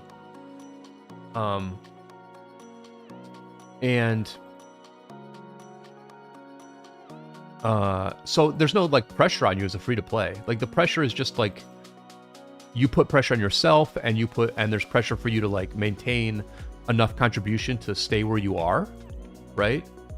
But there's just not that much pressure on a free-to-play. But on a whale, there's like expectations every KvK. If a whale doesn't show up, people are going to talk behind their back. People are going to be like, hey, can you get online to help with this or that? Hey, can you rally? Can you rally this? You know, we have a couple of whales where we like messaged them before this KvK, and we were like, hey, would you be open to having a pilot on your account? Like, some underperforming whales, we were like, hey, would you be open to having a pilot on your account? And one of them just like straight up ghosted most of us. I think he told his closest friend that he didn't want a pilot. He didn't respond to me. He didn't respond to Adinabo. And this dude did like no contribution, you know? But it's like, we notice that. If you're a whale, we notice when you do no contribution, and we sort of like bug you to get a pilot. But if you're like free to play and you do no contribution, we just are like, hey, you gotta leave. Like, nice playing with you, but you gotta leave.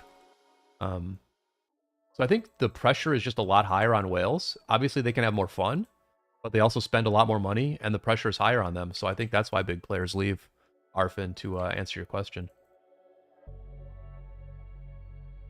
But speaking of players, you know, migrating and, you know, either quitting the game or moving somewhere else, that gets us back to the question of, should Lilith allow us to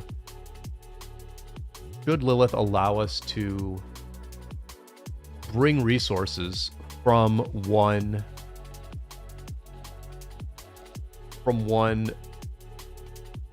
kingdom to another? I actually think it's good that we can't, right?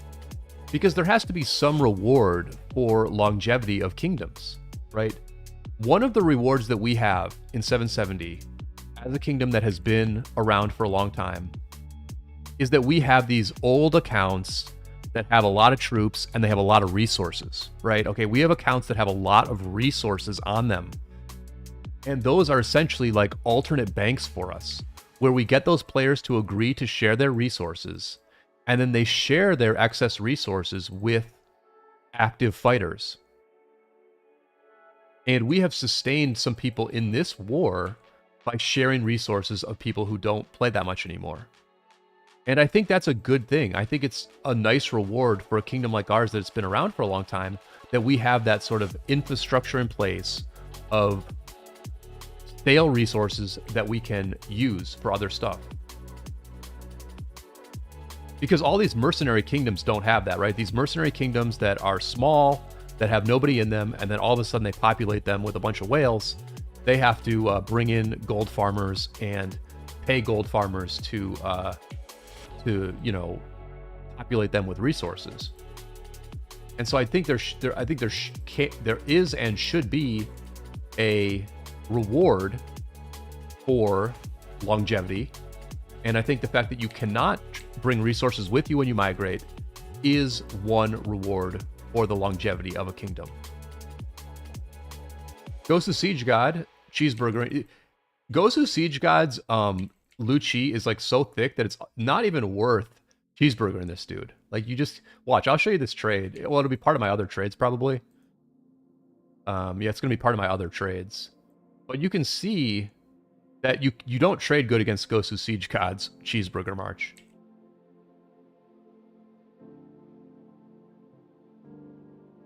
So you gotta make him you gotta draw him out and fight it, make his teammates bring out all their marches.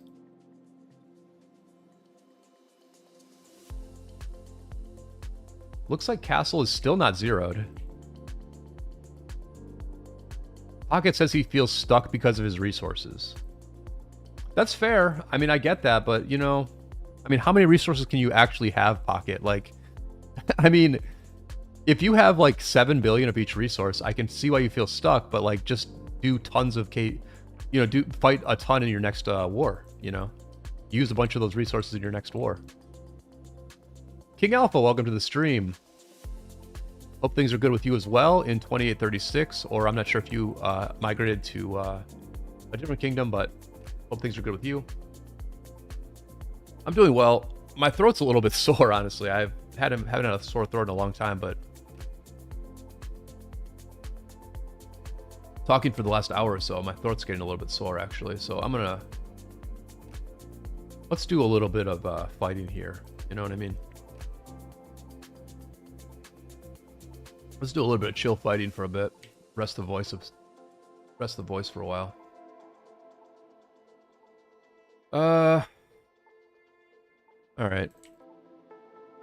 I'm sort of like, in this fight that we're in now, I'm sort of liking not hiding allies. I like knowing which march to retreat. So Zug is W, Justinian is S, Nevsky is E, Scipio is A. Okay. Zug is W, and Justinian is S. All right. All right, rally hitting castle again. This might be the last rally. They might want to swarm this thing soon. I think we're stopping them from swarming it, quite frankly. So castle can't say we didn't try. Although to be completely honest, we are not really trying to save Castle City. This is just where the fight is.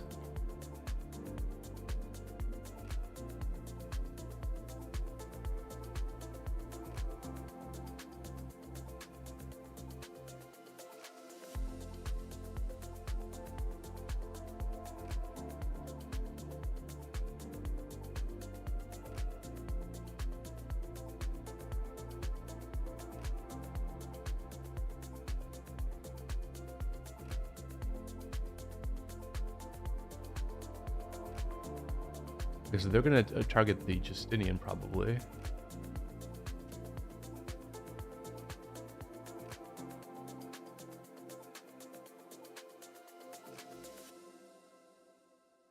I'm too far forward.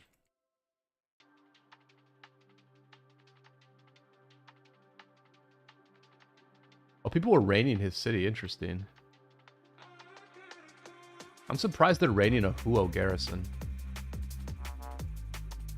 Oh, King Alpha's still in 2836 and has KL tomorrow. Good luck. Good luck. King Alpha, 1824 did take the star last KvK, yeah. I mean, there's still debate about who deserves that. You know, whatever. It was pretty close decision, you know. Pretty close decision. But yeah, I don't know if 1824 is going to get the star this time. 1824 is probably going to have the most KP. I actually think Water Camp. So the other thing we have to say, right, is that this kingdom is actually good. The other kingdom in Water Camp, 2756, which I think the leader. I'm not sure who the leader is. I think it might be. They have like a team. They have a team of leaders. It's like Dinger and Yoda, and then this guy like, and then Nerb and NM Server Nub or something like that. Yeah,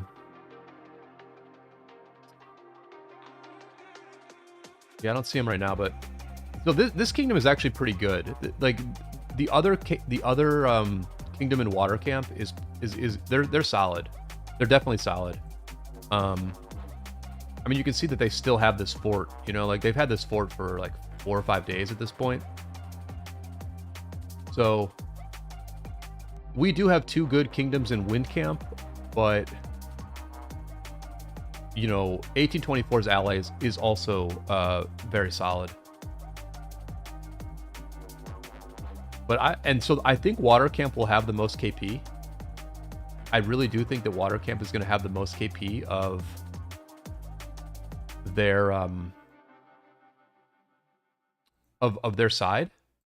But the question is, do they get the star for having the most KP? Because I think Greenwood is clearly stronger, especially at this point.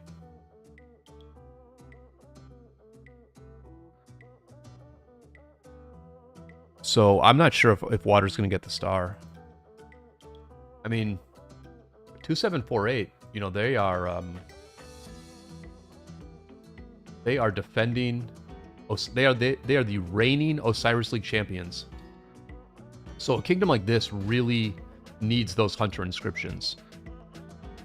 I can guarantee you this group is thinking about putting an additional hunter inscription on all 30 of the players who are on their Osiris League team for next season. They'll be back in Bastet again next season, so they will likely be significant favorites to win Bastet next season.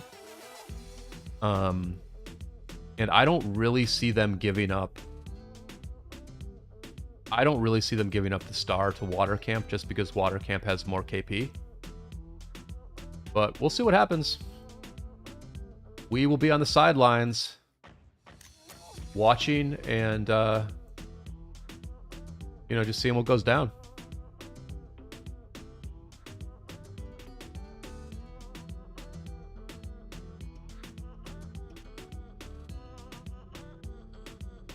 Alpha, thank you. Appreciate it.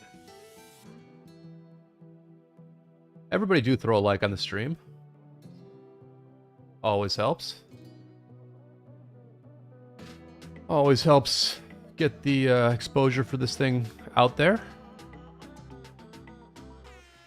I do plan to make a lot of videos from this KvK. I have a lot of footage. I have a lot of like kind of short video ideas, so do subscribe to the channel if you would like to see a lot of short form, quality, highly edited video coverage of this war. I think my first video is actually going to be a video of my head-to-head battles with Gosu Siege God. I have 3 distinct vignettes of fights that I had with Gosu Siege God, and I think that will make for a very good 6 or 7 minute video. So look for that probably on Monday.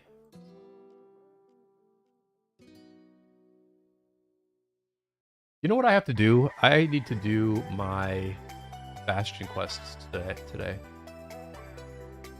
So I'm up to 111. I'm now up to 111 in the Autarch point leaderboard. Man, I would love to crack the top 100. I would really like to crack the top 100 here. So we're going to keep pushing. We're going to keep grinding. We'll see how we do. We'll see how we do. Benny's out here now. Benny's out here. The complexion of... This is what's been good about the fights with 1824, is that the complexion of these open field fights has changed. It changes so often, right? Sometimes we have the advantage. Sometimes they have the advantage. They have the advantage more often than we do, but... like I said, they for them to burn us does oh, Ghost is way far away from the city now.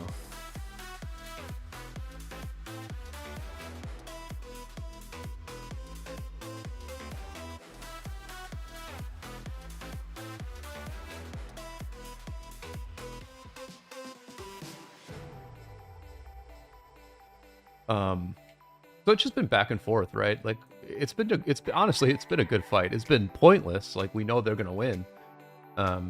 We're completely out of Kingsland, but it has actually been like a quality fight with Water Camp, where over a 24-hour period when they do get help from Greenwood, the battle lines are pretty even. Now, if they didn't have help from Greenwood, I think we would have burnt a lot of this stuff, because when they're in downtime, we are able to progress, especially if Greenwood didn't come over to help. But yeah. Are they rallying again? No. I think he's done. I think Castle is done, man.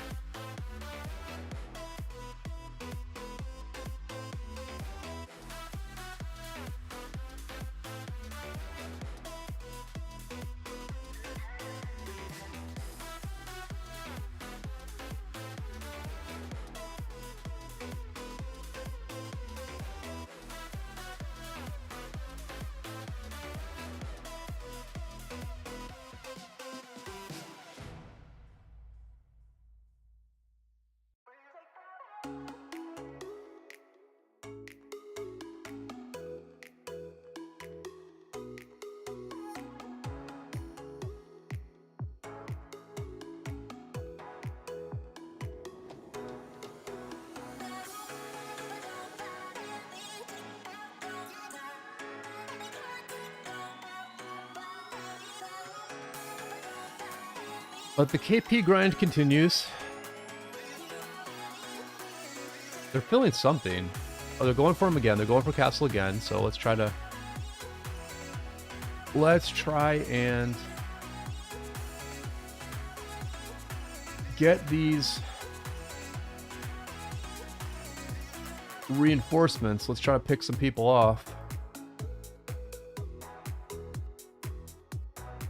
And I do notice that Rico is just loitering in the field here. All right.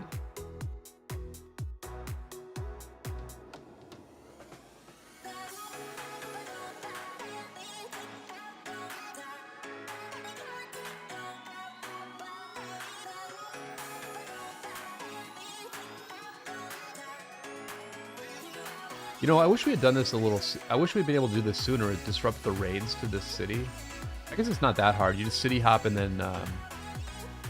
you city hop and then reinforce, like, later on. So Nice is out here, too. This is my thing where I should probably... I kind of want to, like, follow Benny. But, like... sometimes hard to know what other people want to do in situations like this. Because we're not, like... well, I guess we are outnumbered. I guess we are, like, basically outnumbered.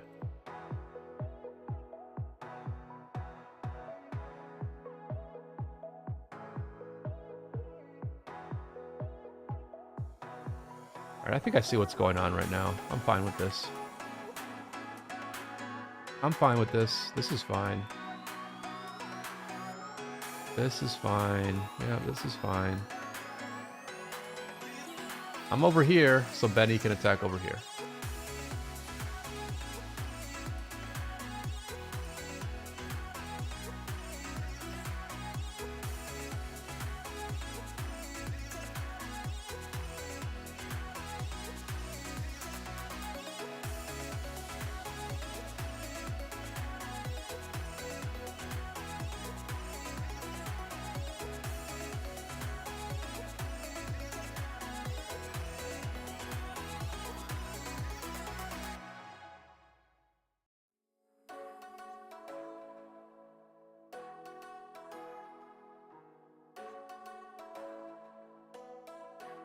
Has this person moved in a while?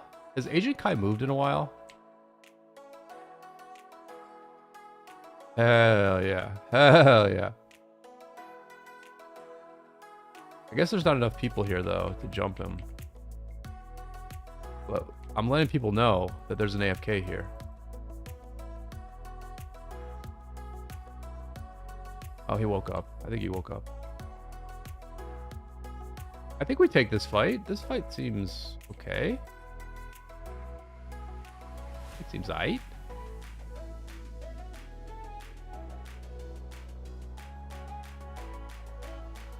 I haven't checked my hospital in a little while, so...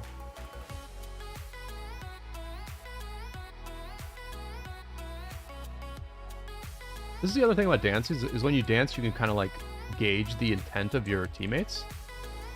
Like you can see like to what extent your teammates are backing up or not. The problem is, what the problem with dancing is that when you start to dance, like I'm dancing, but I'm not like really trying. I actually want to fight this. Like I'm dancing, but I want to fight this. But then that gives the intention to your teammates that you actually just want to retreat. I think that's the problem with dancing, right? Like it allows you to gauge the intention of what your teammates are doing, but sometimes you can misinterpret it, right? Where I actually wanted to take this fight, maybe I was incorrect in that, but I guess people just wanted to snipe the Reigns, which I'm alright with. I'll snipe some Reigns. They're hitting the Scipio for sure.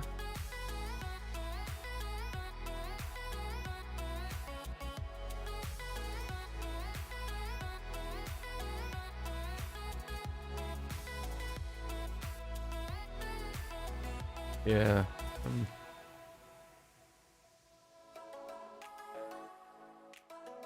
I think the way to dot mode is like when you're not really engaged in the fight, when you care more about your movement, you keep hide allies turned off. And then once you're actually in the fight and trying to target people, then you hide your allies so you can see the enemy a little bit better. But like right now, you kind of want to like see the actual numbers on both sides. Like these numbers are not bad for us. That's the thing. Like I'm baiting people with my my weak ass marches, but the numbers are not bad for us at all. Like this is the thing. Like I don't know. I feel like I like basically created that fight. No.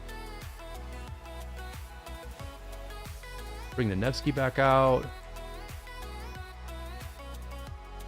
So like here, I could switch to hiding an ally. I could hide allies now, and just target as efficiently as I can.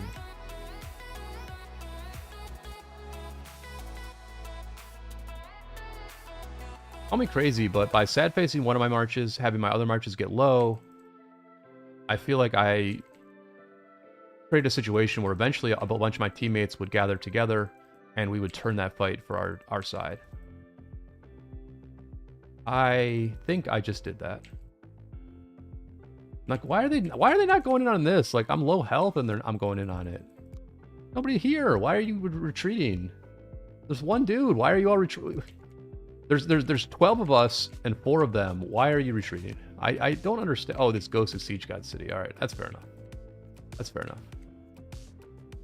That's fair enough. You can't fight around this dude's city because he's just gonna come out and cheeseburger you every single time. And his Lucci Alex is a very, very good cheeseburger march. Very good cheeseburger march.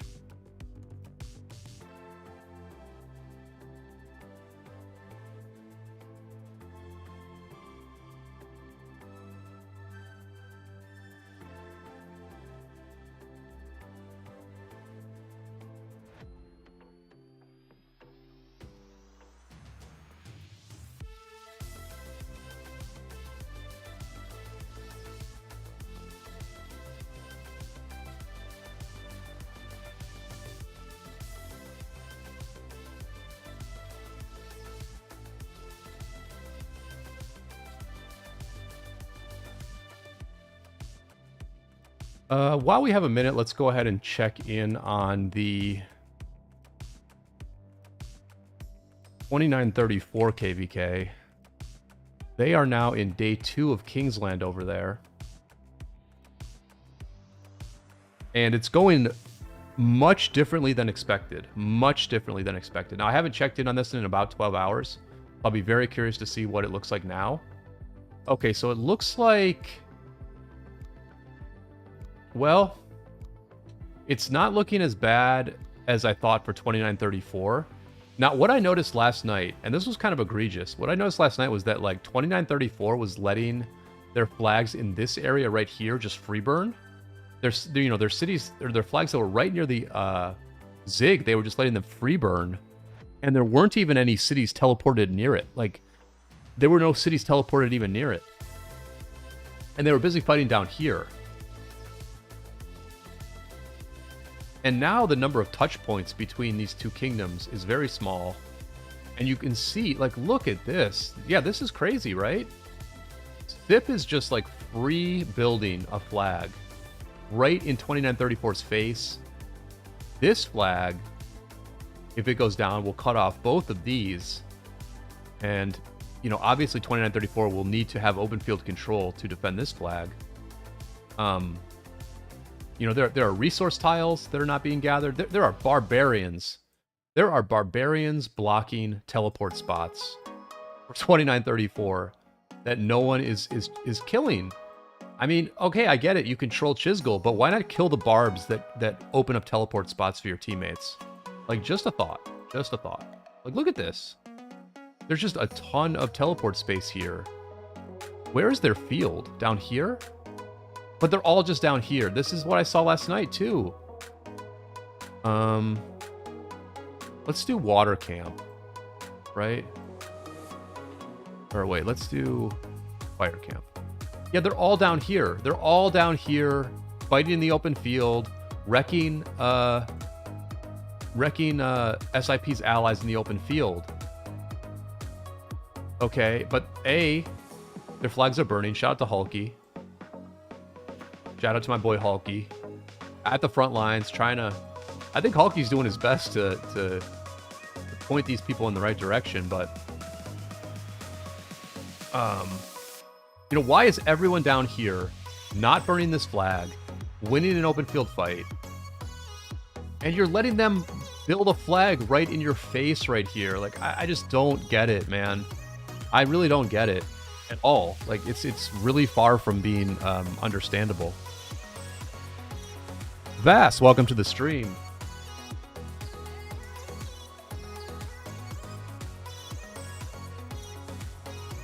Yeah, this is a wild KvK, honestly. This is a wild KvK. But it looks like 2934's allies. Well, they're burning now, but it looks like their allies made some progress overnight. Well, actually, that's not true. That's not true at all. I take that back. Yeah, so now... Wait a minute. What happened here? Isn't this,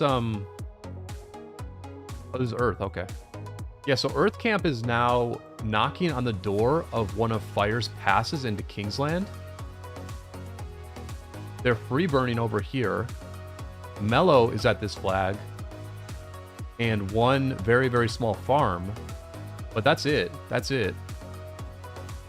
I wonder if Mellow's going to get zeroed here. Probably not. But, I mean, it just feels like this... I mean, how do you assess this? Vass says 34 has downtime issues for sure. Interesting. Okay, interesting. Yeah.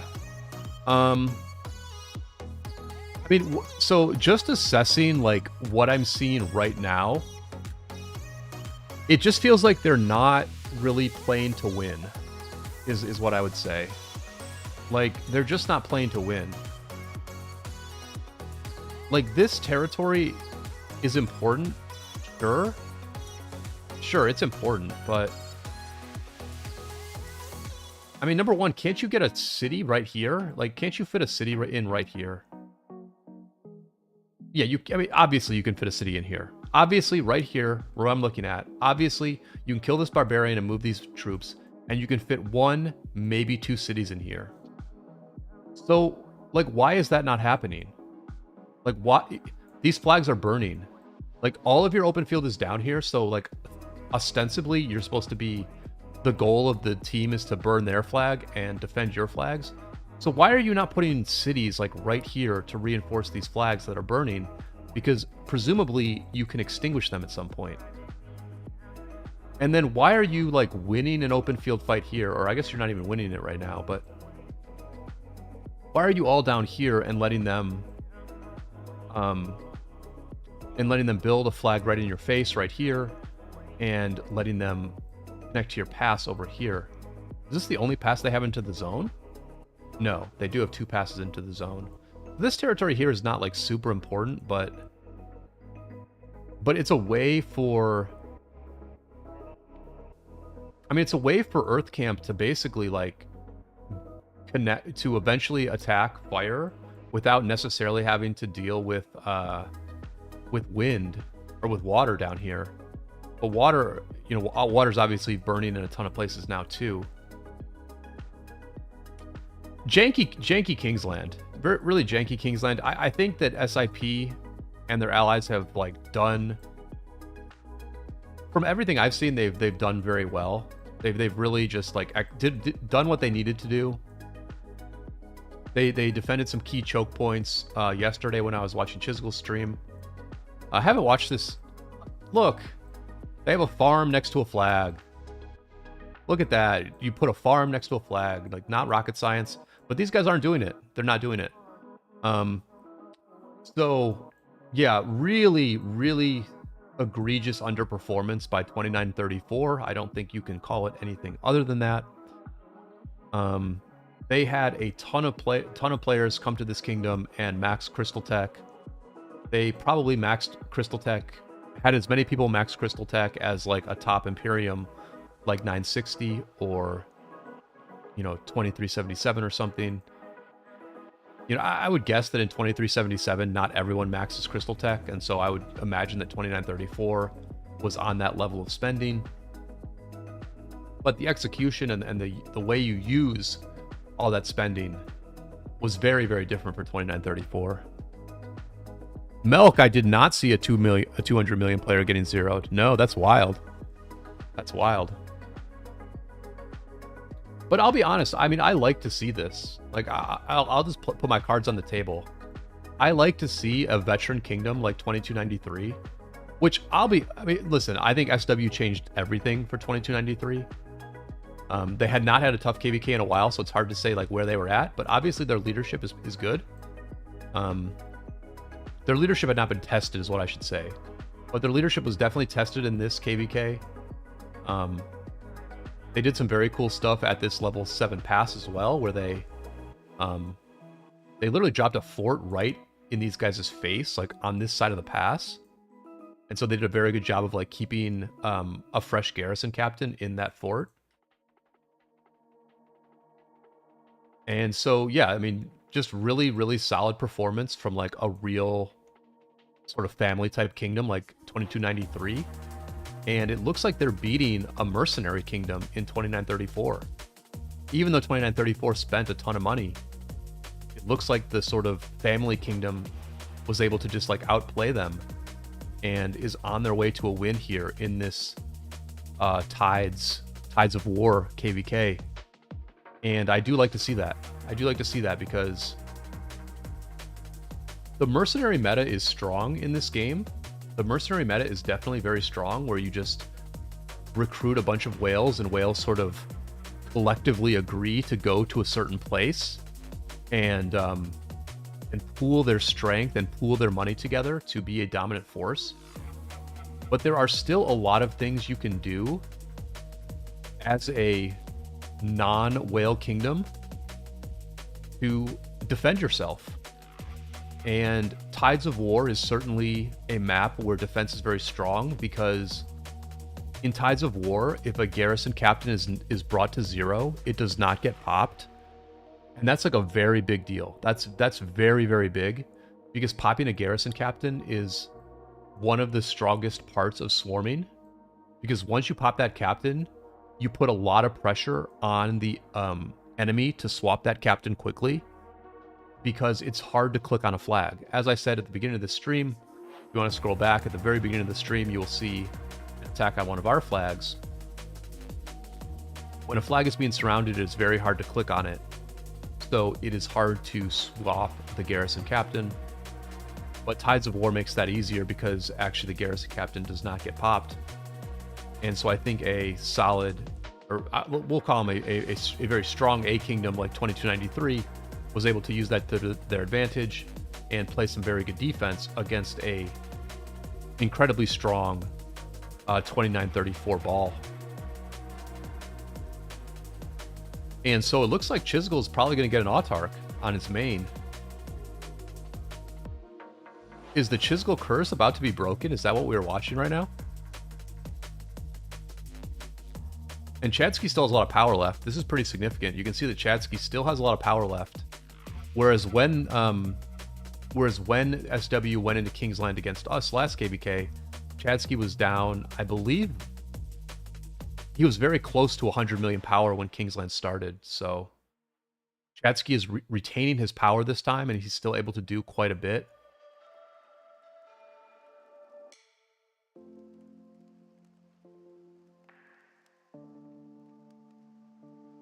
And they do have a lot of other... I mean, they're not that big. They don't have that many whales, right? I believe Mori is a longtime leader of SIP. I know Miz has been there for a long time. I think Syrax might be a relatively new addition to SIP, but I've seen Syrax dropping a lot of markers on Chisgle's streams and stuff like that. So, and Peace, you know, Peace is obviously a very good leader as well, and a very good account. Peace has a very, very good account. So it does look like, and shout out to Honey Buns, former member of 1770, Honey Buns, who is part of the council here in 2293. Look, I think this kingdom probably has some downtime. But they really outperformed. They really, I think, outperformed expectations in this war and are going to pick up a very big win. Very, very big win. And with somebody like Chisgle in this kingdom, when you get a win like this, you can potentially do like a very, very big recruitment. Which, if I were them, if I were 2293, I would literally recruit players from 2934, right? Recruit some of the Korean players from 2934, and then, you know, take care of your downtime that way. So I would, you know, recruit right on your doorstep and recruit the people who you are fighting against right now. You could slide into their DMs pretty easily. And I do think if 2293 can get some Asian players, all of a sudden they have a very a kingdom that's tough to mess with.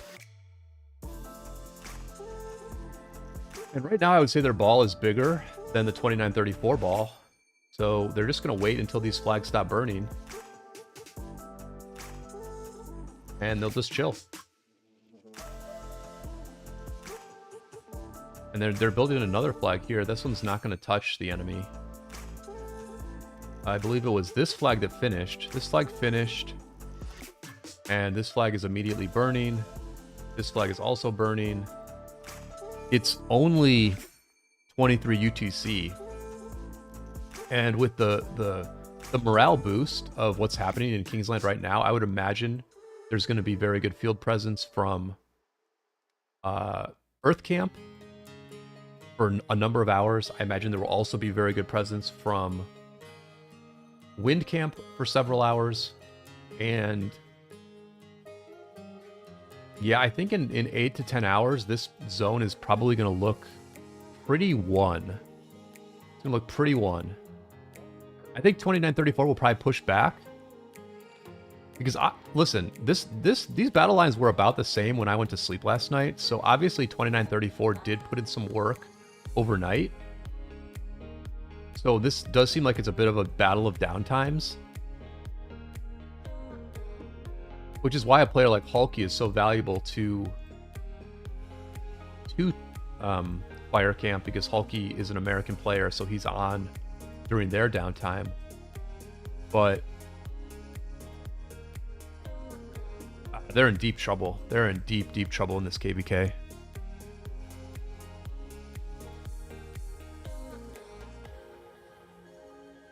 Yeah, so it looks like Chadsky must have played a role in a 200 million power player getting zeroed. That's pretty wild. Yeah, I think 2934 is in deep trouble here. Deep, deep trouble. Although obviously there's a lot more map after that, so we'll see what happens. But they don't seem like the kind of group that's going to be really effective in like keeping their players engaged as they fall back to their start zone. So that will be, yeah, that will be interesting for sure. If SIP decides to like wage a campaign where they really do just take like all the territory, and sort of do that full conquer. We'll see what happens. But I think that's where that KvK is headed.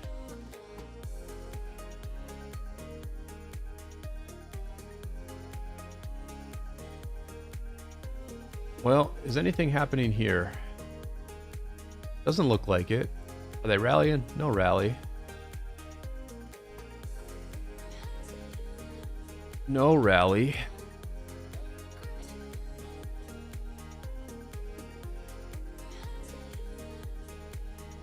I'm gonna see if I can do a couple bastions here. Bang out a couple bastions while we chill.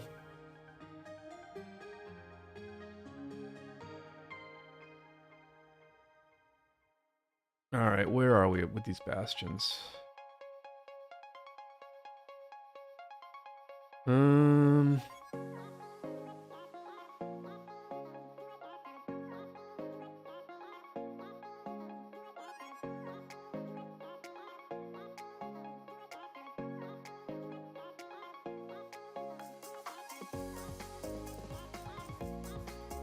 I might just do 10 of these really easy. Oh, there's a Kahars. We can do a Kahars.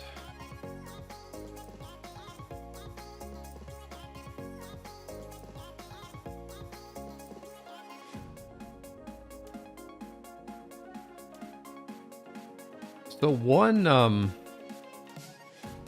thing about Crystal Tech that I've been doing in the last couple KvKs is like, because I do spend a lot, but the issue that I have with Crystal Tech is that I need, as like a Garrison player, I need to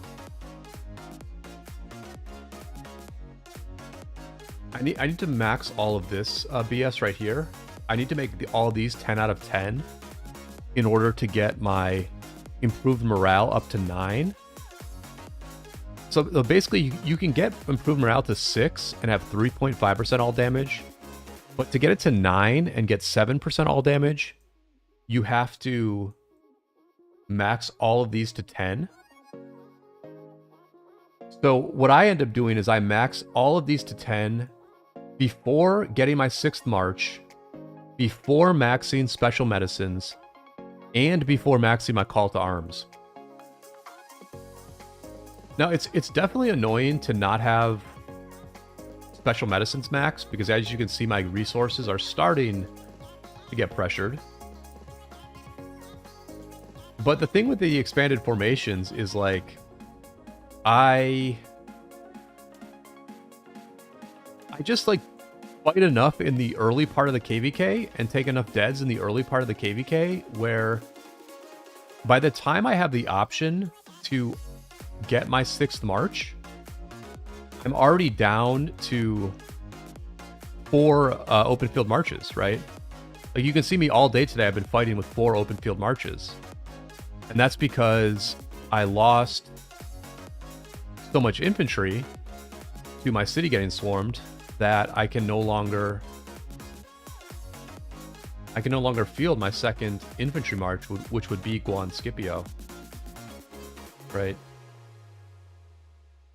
I no longer have enough infantry to field a 2nd march.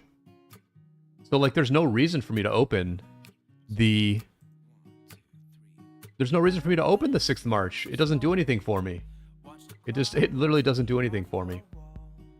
So I'm literally maxing like everything else first.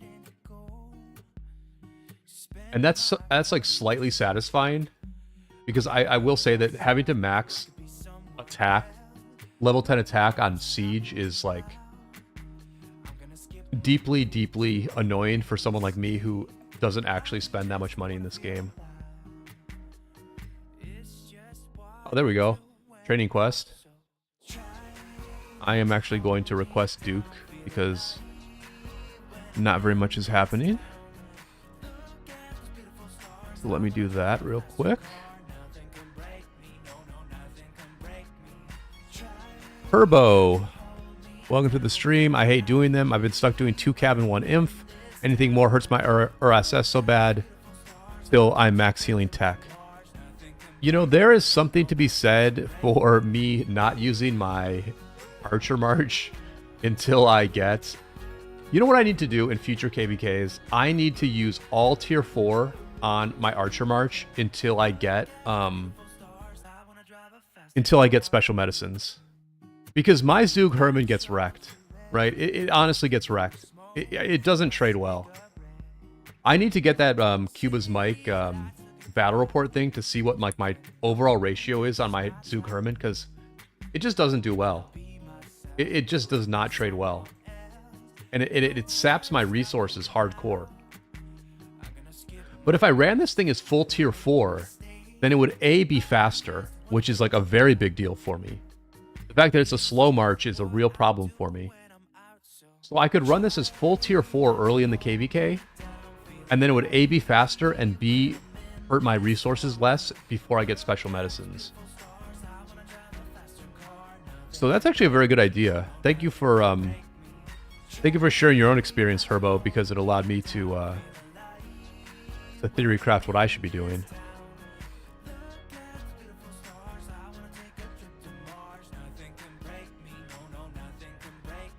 We're fighting anywhere on this map? There is not. The only fighting is right here. We're still going. We're still going. Yeah, I'm just getting in a Duke real quick. Sorry.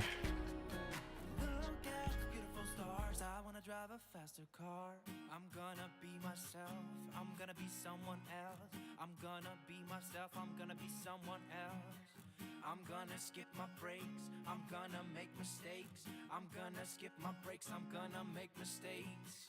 I'm gonna be myself, I'm gonna be someone else. I'm gonna be myself, I'm gonna be someone else. I'm gonna skip my breaks, I'm gonna... There was also a part of me in this KvK, like as you can see, I fight in dot mode quite a bit, and I do try to refresh just one march. And so there was a part of me that was thinking like, what if I had... Because I've been going 2 imp, right? My current line of thinking is 2 infantry marches, with Zug Scipio as one and Gorgo Luci as the other. But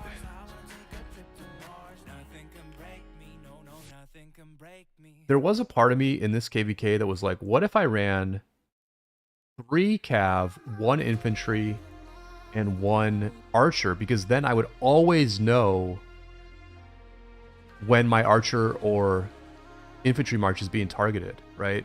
I would always know. Because there's only 1 out there. So I would see when that is the most forward standing march. And so I could just like much more easily retreat it, because I would just like always know, oh, my infantry's out front, I know which one that is. And one thing I need to do is I need to always know what key the Zug is. It's like the Zug is on E right now. I try to get it so my Scipio is on S, because that's easy to remember. S is Scipio. But I need to always remember where what letter the Zug is, because you can often tell when my Archer March is going to be targeted, and I need to retreat that one better. Oh yeah, Archer gets targeted first all the time. I target Archer first. I think everyone, I think the majority of the player base targets Archer first. And so you got to know where your Archer March is. You got to know what key it is, and you have to be ready to retreat just that one march. Definitely, definitely.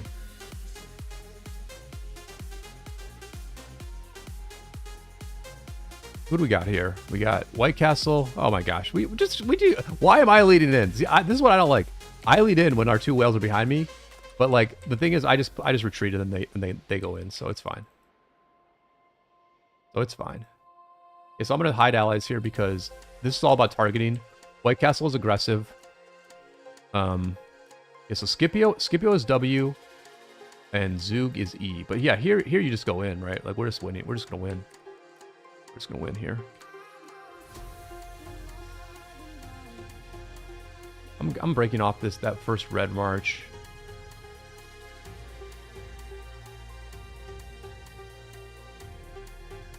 Yeah, man, this is old school. This is old school 770. Me, White Castle, and Benny.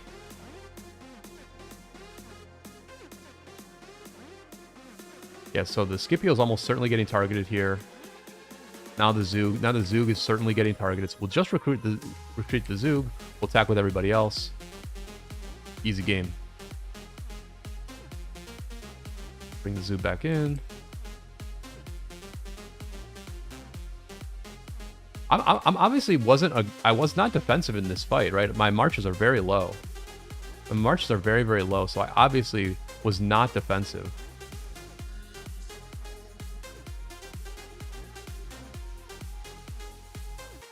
I do think the enemy has more players here, and they're refreshing more than we are, therefore. So it becomes a little bit hairy whenever Benny or White Castle retreat. But it looks like we're leaning on him here. I'm low on my marches, but if we're gonna lean on him, I'm gonna pick up the scraps.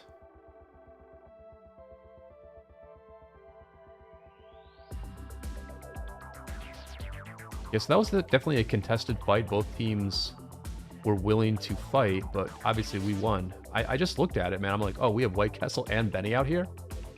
We have White Castle and Benny? I'll go in first. So that works pretty good, right? That's a pretty good trigger for us. Is like, even though I'm a much smaller player than my boy White Castle and my boy Benny, even though I'm much smaller player, sometimes they, especially during this time when it's like English uptime, sometimes they wait for us. So I just kind of like go in first, but then I also like retreat first. But that worked just fine as a trigger between people who, you know, we basically do all our talking on the field, you know. 'Cause they're both Korean. White Castle and Benny are both Korean. So we can talk in DMs, but we tend to do most of our talking on the field. Turbo says, I'm shocked Zoog lasted that long. Well, I did retreat it in a very key spot there. I did retreat in a very key spot.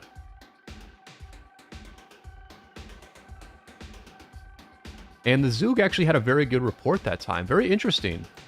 The Zoog actually had the best report of anybody. So very interesting. I did retreat it at an important time.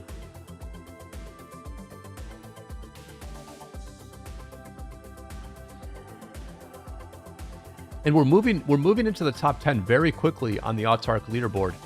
Nobody else is fighting, so a lot of these scores are very static at this point. I don't think 2268 is going to fight all that much more in this KvK. So we're just going to keep grinding.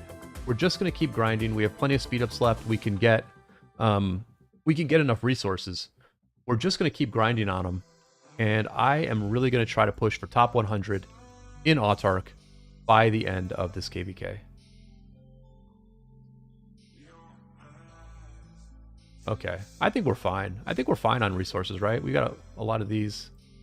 I'll get more food tomorrow. It's fine. Oh, we got a ton of wood. We got a ton of wood left.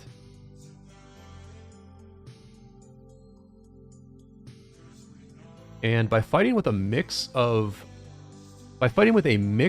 tier 4 and tier 5 throughout this KvK, which I do out of necessity because obviously I don't have enough tier 4 to, or tier 5 to like always fight with tier 5, but by fighting with a mix of the two during this KvK, I still have gold. I have not had to touch my gold even once this whole time.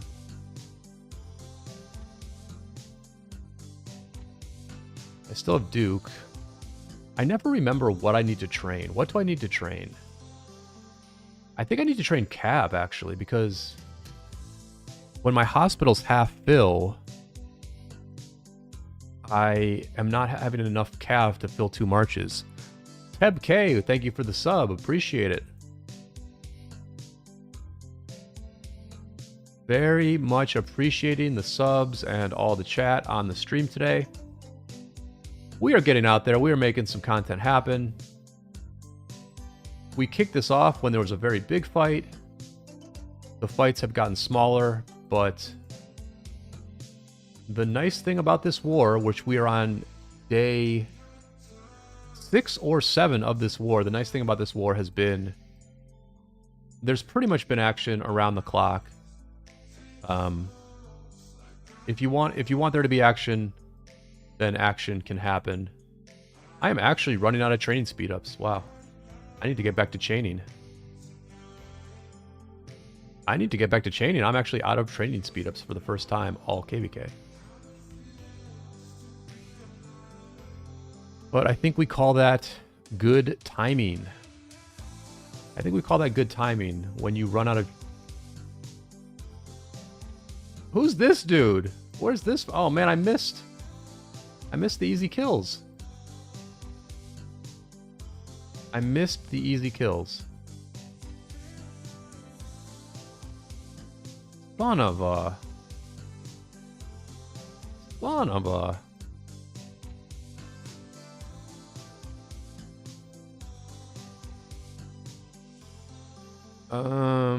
Okay, so I need to kill Barbs. I need to kill Barbs.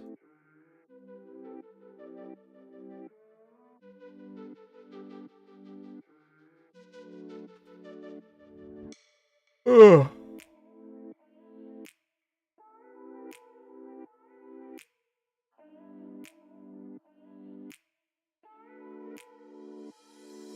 Shout out to that guy. That guy's had a really good KvK.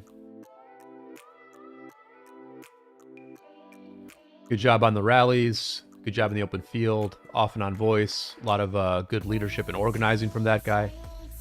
Really happy to see that that guy has... he's always been a very good player, but he's stepped it up recently, and that is very much appreciated. Our core is very good. Our core is very, very good in 770. I would argue that our core is as good as it has ever been. Even though I'm not quite the player that I once was, I think overall our core is the best it has ever been. We just have like a group that is pretty much always on voice chat during fighting. And we get a lot done. We get a lot done. I mean,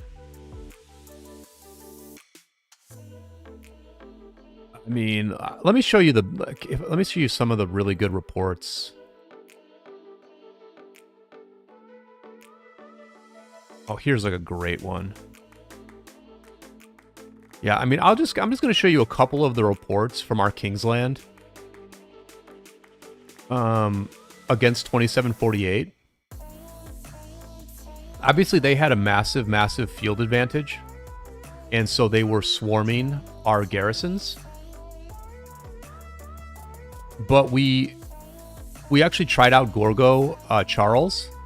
We tried out a couple things. We tried out Gorgo Charles, and we also, I believe, tried out Charles Hera. Let me see if I have one of those. I do have one of those. Yeah. So I can show you both. This is yeah,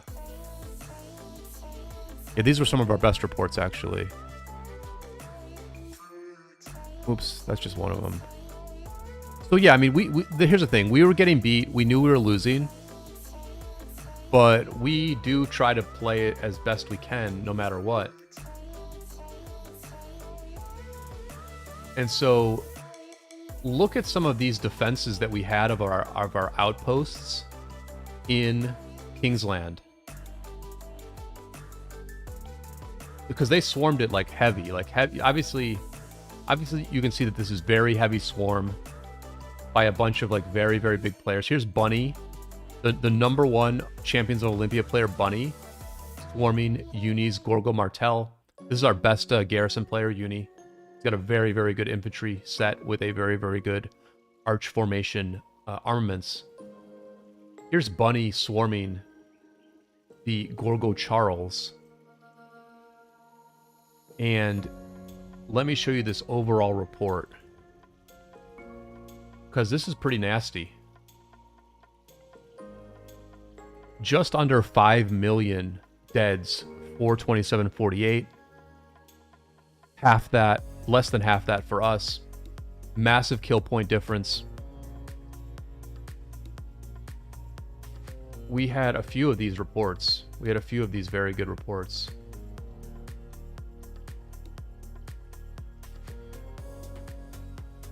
Why am I not seeing the reports? Oh, there they are. Here's another one. Here's Uni's Gorgo Charles again. This might have been a full swarm. I'm not sure if there was a rally in here. I'll look to see if there's a rally. I think this might have been just a full swarm. They actually did manage to kill the garrison this time. They managed to swarm the garrison down. But, I mean, look at this report. This is like a 2.5 to 1 trade for us on this report. And this requires a lot of dedicated people. Because, again, this is Kingsland. This is like the start of Kingsland. And so it's hard to get reinforcements into flags because there are a ton of resource tiles and a lot of like players have teleported around these flags. Like everyone wants to get a teleport spot in Kingsland. It's hard to get the right cities around the right flags. So this takes effort from a lot of players, you know, basically hopping from one city to another. These are people who are hopping from one city to another to reinforce this flag. And what you are looking at, when I go through these names, this is actually shocking. Because I thought maybe we had more casual people in these flags. But when you look at these names of these players, these are either mains or farms of people who were literally on voice chat. This is like, you know, 8 to 10 people. Some of them on farms, some of them on mains. Who are like hard filling. Shout out to Morlun, one of our new recruits who got a reinforcement in here. But these are like our key players. Minhee threw like multiple main accounts into this flag. King Popo had a great KvK. King Popo, another new migrant to the kingdom, although we had played with him in our last great victory. Popo had a great KvK. Super good vibes, like top 3 vibes player in our kingdom, King Popo. He was awesome. So this is like just our core being on voice and playing very well, executing very well, doing captain swaps, filling from a distance, and just getting like super good trades.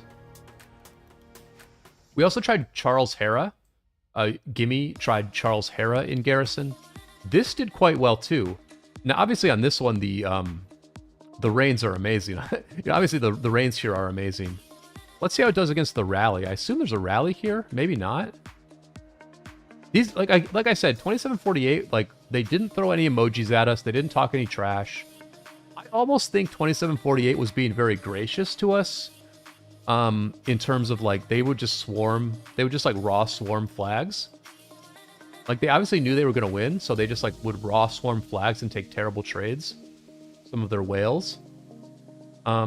I don't know if they were just like being nice to us or I don't know what they were doing, but this is the Charles Hera. This is what the Charles Hera was doing in Garrison. I believe we concluded that the Gorgo Charles is better. But, and I don't have all the Charles Hera reports. I think like one of them went worse. Whereas the Gorgo Charles was just like consistently very good. But, you know, listen, we had lost this KvK.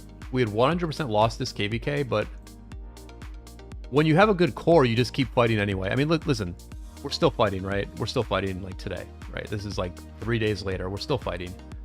When you have a good core, you just keep fighting because it's fun. You know, you get on voice. You are together with people who you have fun playing the game with. And you know, you're pretty good, so you create situations that are successful for you, even though you are losing. And so, yeah, I think the core here is very good, and that does make me feel quite happy. I really have no ego about it as far as, like, that the core of this kingdom can do well, even if I play a little bit less. I think that's basically just like a great thing. Yeah, those were some nice reports. We had some very nice reports. We've had great reports. We've had great Garrison reports this whole time. You know what I will show you guys? I will show you guys the Hera, or my Eleanor. Because my Eleanor was also in an outpost. Now I will say that I will say that it was a little bit harder to reinforce my outpost. Although, honestly, there's a lot of rains here, so, like, maybe not. My Eleanor did not do anywhere near as good as the Gorgo garrisons. My Eleanor did not do anywhere near as good as the infantry garrisons. I think the rains were a little bit weaker, but not by a lot. So here on this one, with a rally plus a swarm, this was a negative trade for us. Like, literally a negative trade. This one was not as bad. Who was the rally lead on this one? So basically, when they rallied me with archers, it wasn't that bad. But when they rallied me with infantry, it was quite bad. I'm trying to find the rally here. I'm not seeing it. Did I miss it? Anyway, I'm really just coping because at the end of the day, bottom line, I have very good gear and very good armaments on my Eleanor Hera, but at the end of the day, it just does a lot worse than Gorgo. It just does a lot worse. It does a lot worse, you know? And like this one was bad. This one was a loss here. This time they rallied me with Scipio Tariq. The Scipio Tariq ripped into my Eleanor Hera. Absolutely ripped into it. Obviously I dipped down like really low here, unfortunately, and then we never really got it back up. Yeah, here's the Zug. Here's the Zug. Or the Asher Zug. I got like a even trade power-wise, even trade on KP, positive trade on deads against the Asher Zug while I was being swarmed. But then they swapped to the Scipio Tariq, and I just got wrecked. My Eleanor Hera got wrecked, man. It just got wrecked. And this was very disappointing to me. And I think part of the reason I was in a bad mood in this KvK is because Eleanor was just a disappointment. You know, she's just a disappointment. In any like real in any important situation, Gorgo is just better, you know? And so I devoted so much. You know, my gear is very good. Like obviously I could have the Vengeance or I could have a tier 4 Ring of Doom, right? So it's full crit. It's a full crit set. I've got 1, 2, 3, 4 tier 4 pieces. KvK weapon critted. KvK helm critted. Oh yeah, they ran Zug over Henry in that one. Yeah. People have been favoring Henry Zug for the most part, but they tried out Asher Zug in that one. But listen, I have like very, very good cav gear. I have a good archer. I have a good arch formation garrison set. It's not the absolute stone best, but it's pretty good. And there's literally like there's at least 5 Gorgos in our alliance whose garrisons perform better than me, right? And it's just a bummer, man. It's just a straight up bummer. Like it's a stone bummer to like devote so much to one set, to devote my crystal tech to being a garrison captain, where I've literally for like years now been sacrificing my open field to be a garrison captain, and I'm just not important. Like my garrison is not important. It's nice to have a cav garrison. It's pretty good in fort sometimes. It's, you know, it's good to have like a cav outpost next to an infantry outpost, I guess, because then people can put their loner, T5 cav in one outpost. They can put their loner T5 infantry in a different outpost. I guess that's useful, but at the end of the day, Gorgo is just way better than Eleanor, and as a cav main, that's very disappointing to me. Very disappointing. Eleanor just came out. Gorgo's been out for like a year. Gorgo has been out for over a year. Eleanor just came out, and Eleanor is a completely niche garrison. It's completely niche. It's good in passes. It's okay in a fort, although Gorgo is still better in a fort, and it's good in Osiris League, or in Ark of Osiris. And that's all Eleanor is good for. And that's incredibly disappointing to me. Incredibly disappointing. because I should have just been an open field player. Like, why am I focusing on a cav garrison if the cav garrison is crap compared to the infantry garrison? It's a total bummer. It's a total bummer. And the cav rally sucks too. Justinian Nevsky is a crappy rally. Nobody uses Justinian Nevsky as a rally either. So it was very disappointing. Very, very disappointing. And I think that's part of what put me in a bad mood. Isaac says, I don't see Gorgohera going anywhere anytime soon either. Isaac, welcome to the stream. Good to have you here.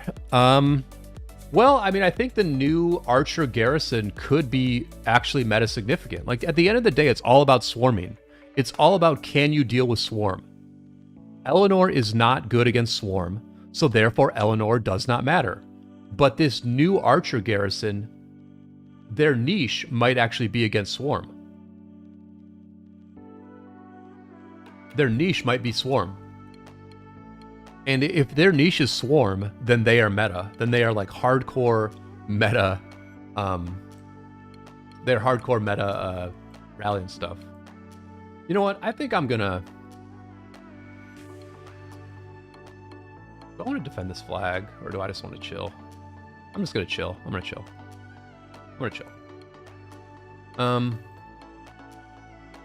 Yeah, I mean, if the new Archer Garrison is very good against Swarm, then the Archer Garrison will be as good, if not better, than Gorgohera. The question is really,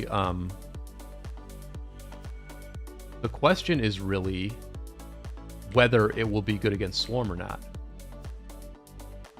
And look, I complain about Eleanor, but all the people who built Dido Hera can complain about the same thing, right? I mean, Dido Hera was really never meta.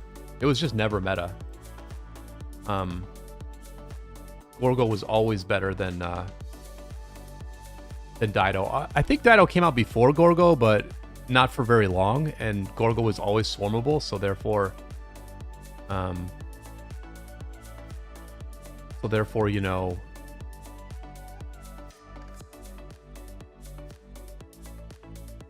he just was never he was never meta. But Eleanor is basically never meta either. She's just never meta. I think Eleanor is going to be good in smaller kingdoms, like smaller kingdoms that don't really swarm very much. I think Eleanor can be extremely good. I do think Eleanor can be extremely good in a smaller kingdom where stuff is not getting swarmed.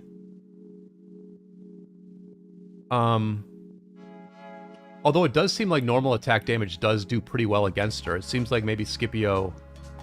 It does seem like maybe Scipio is pretty good against Eleanor, although I haven't tested it out a ton.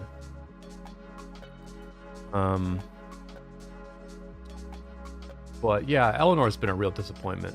Real disappointment.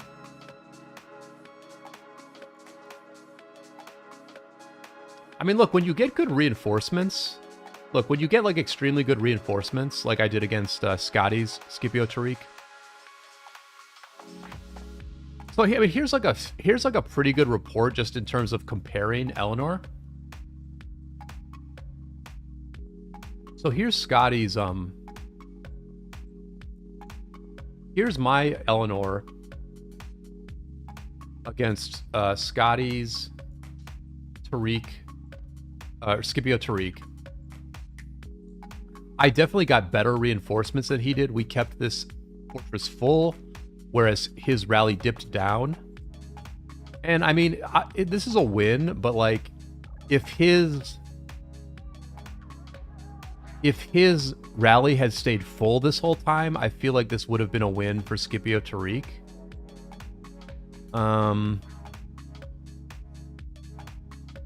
So yeah, I don't know, man. I don't know about Eleanor. I'm not really feeling it. I mean, she's all right. She's all right, but, you know. Were the trades mostly negative? I mean, I mostly got swarmed. Like, so here's the forts. So on like the first day of the zone, I went and defended a fort with just like some people's farms. So you can see, and 748, like 748's like King swarmed me. And then this guy Pepsi, who's also like, so basically two giant whales swarmed my Eleanor. They rallied and like insta-swarmed it, right? They rallied it and they insta-swarmed my Eleanor Garrison, We did our best to keep the reins up. We didn't do like a great job, but we tried, right? We tried to keep the reins up against like massive swarm. And the trade is pretty bad, man. Like it's a bad trade. Like this is a straight up losing trade. No ifs, ands, or buts about it. Obviously, we're trading our farms for their whales, and so in that sense, it's a positive for us, where we're trading farm troops for troops on their most important players. But like this is, you know, for a Garrison commander that just came out, where I have good gear on it, good tech on it, and our reigns are not like, they're not bad. You can't say these reigns are bad. They're just like not. It's not enough. This is a losing report. This is a straight up losing report, where it's just like this fort is worth defending with a Gorgo Hera, but when you put an Eleanor Hera in here, it becomes maybe not worth defending. And here's another one. What was this one? Why was this one different? I'm not sure what happened here. I don't know. Maybe this time I guess we swarmed down the rally. So this one went a little bit better. This one was a positive trade actually. But like, you know, they didn't swarm it quite as much, and you know, we kept the reins up this time, right? Not more reins. There were not more reins this time, but there was just less pressure, and so we kept the Garrison full, and we got a good trade, a slightly winning trade this time. But then again, here they did a much bigger swarm, a much bigger swarm, and we could not keep the reins up. And this one was another bad trade, like another just bad trade. So it was just a bummer, man. It was like an absolute bummer, like just a stone bummer. My experience with Eleanor in this KvK was an absolute bummer. You know, one of the reasons I like to be a Garrison player is that when I want to do something on the map, I can just go and do it. I can put my Garrison in there, I can set a marker that says reinforced cavalry, and then I can just do something on the map. But as it stands now in this game, for me to do that optimally, I have to ask somebody else to, instead of fighting in the open field, I have to ask them to put their best gear on another commander. You know, I have to ask them to put their best gear on a Gorgo. I have to ask them to teleport to a different part of the map. The reports I was showing you was for a fort that was over here, right? It was over here. I have to ask them to teleport to a different part of the map, do absolutely nothing for an hour while they just sit there garrisoning a flag or a fort. I mean, I guess they could teleport their march over, put it in, and then teleport back to the open field fight. But they have to like take their best gear and put it on that garrison. And, you know, people don't love to do that. So I liked being able to do that myself, right? I liked being able to focus all of my effort on building a garrison, putting it on a part of the map that I want to defend, and feeling good about the fact that I was doing that.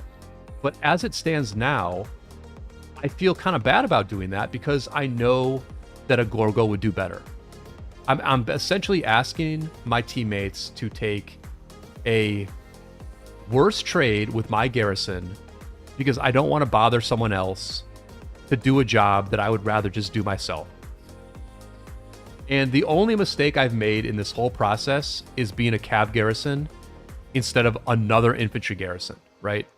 We should have had 6 infantry garrisons instead of 1 cav garrison, I guess. I guess that's what you're supposed to do in this game, is have 6 infantry garrisons instead of having like 5 inf garrisons and 2 cav ones. Because the cav garrison is just straight up inferior to the infantry garrison in all the important ways. So that was very aggravating. Like that's very aggravating that I'm just like a second-rate garrison commander, even though I focused everything on my garrison and even built arch formation before everybody else. I was building arch formation before everybody else. But even then, I spent a bunch of money in this game and all that shit. But even then, nope. You're just a second-rate garrison with your Eleanor. And you know, I get why the meta is the way it is. they're making a lot of different commanders niche. Instead of making like a commander more powerful, they're just making commanders niche at different things. But Eleanor's niche is very narrow. Like, so here's the thing, right? They wanted to make like a better Ark of Osiris Garrison, right? Because like, if you make Eleanor good against Swarm, then you make her like incredibly overpowered in Ark of Osiris. That's the problem. The problem is if you make Eleanor meta for war, then she's like OP in Ark of Osiris. So I think she was probably sort of like tuned for... She was tuned for Ark, and she was tuned for small kingdoms. Because like I said, in a small kingdom where you're not getting swarmed, Eleanor is going to be very, very good. Because number one, there are a lot of pass battles in smaller kingdoms. In KvKs like Heroic Anthem or Nile, there are a lot of pass battles. And so Eleanor will be very good in a small kingdom, and she's very good in Ark of Osiris. But in a competitive A kingdom, or in a competitive Imperium kingdom, Eleanor has a very, very small role in war. She just has a very small role in war because Gorgo is better in almost every situation. And, I'm crying about it, man. I am crying about it. I have shed many tears about it at this point. I've shed many, many, many tears about it. Because it severely limits what I want to do. It severely limits what I want to do. Because like if I want to open up a new front, I either have to have somebody else come help me, a different Garrison commander come help me, or I have to knowingly send everyone's troops into a worse trade than if one of our 5 or 6 Gorgos defended that flag or that fort instead of me. And so it's just a bummer, man. It's just an absolute stone bummer. If I reflect back, because like I do think I'm like a very good open field player. I think I showed you earlier, right, where like I looked at what we had as a team. I saw that Benny was out here. I saw that White Castle was out here. And then with my 4 marches, I literally just ran in and instigated a fight against the enemy. It took no preparation, took no communication, it took no talking. We just did it with like our play. So I can initiate a lot of things in the open field if I had an open field march, or had an open field account where I was running like 6 or 7 marches, and I had full legendary gear on all of my marches. But I don't have that. I have purple gear. I have purple gear on my 3rd cav march, and I have purple gear on my 2nd infantry march. So I really can't run, 6 or 7 marches. I can't max call to arms earlier on in the KvK.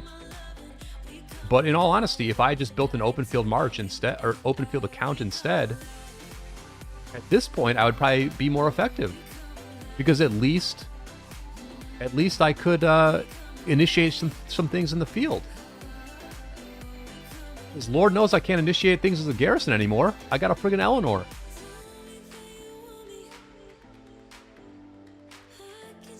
Video games, nice. 15 million kills, that's awesome.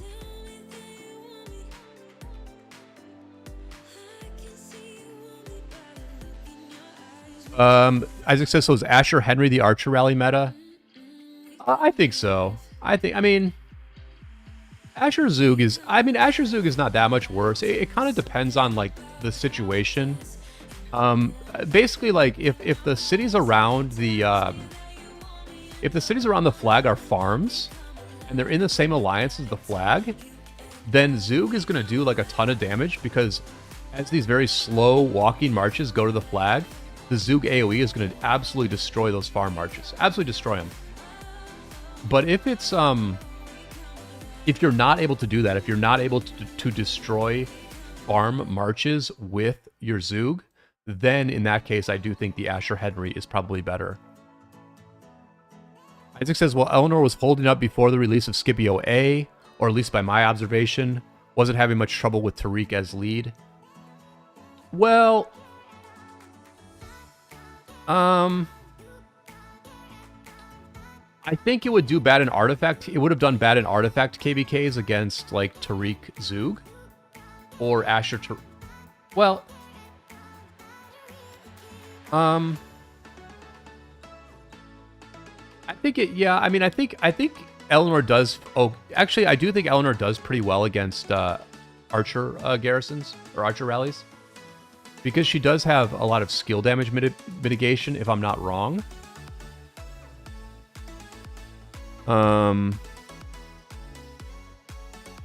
Does she have skill damage mitigation? Yeah. Well, no, she just has damage mitigation. Yeah, she does. She mitigates skill damage by 10% to one target. So not a lot of skill damage mitigation. I do think Eleanor probably does do well against archers, but yeah, against like normal damage infantry, she does get pretty hurt, you know.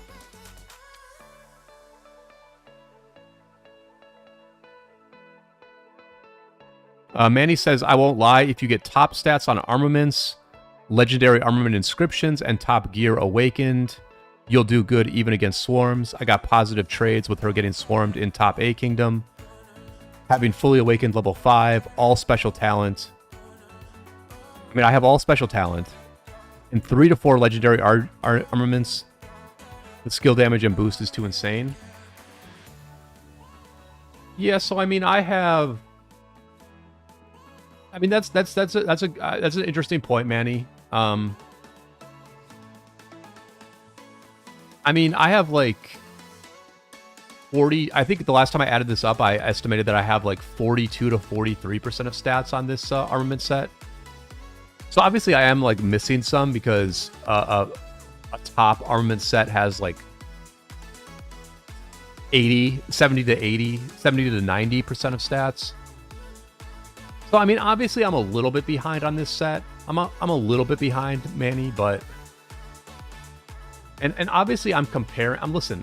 I'm comparing my performance to literal like Osiris League, like the king of... You know, I'm comparing myself to the king of an Osiris League champion kingdom. And Pepsi is a name that I've heard many times as well. I mean, obviously, these guys have, like, extremely good gear and stuff. But... I don't know, man. The thing is, Manny, like... Why do you have to have the perfect... Like, why do you have to have perfect gear for Eleanor to be relevant in a competitive KvK, right? You know, Gorgo doesn't have to have perfect gear to be relevant in KvK. She doesn't have to have perfect armaments. You know, I can guarantee you that like Sanriel or Gimme, you know, some of our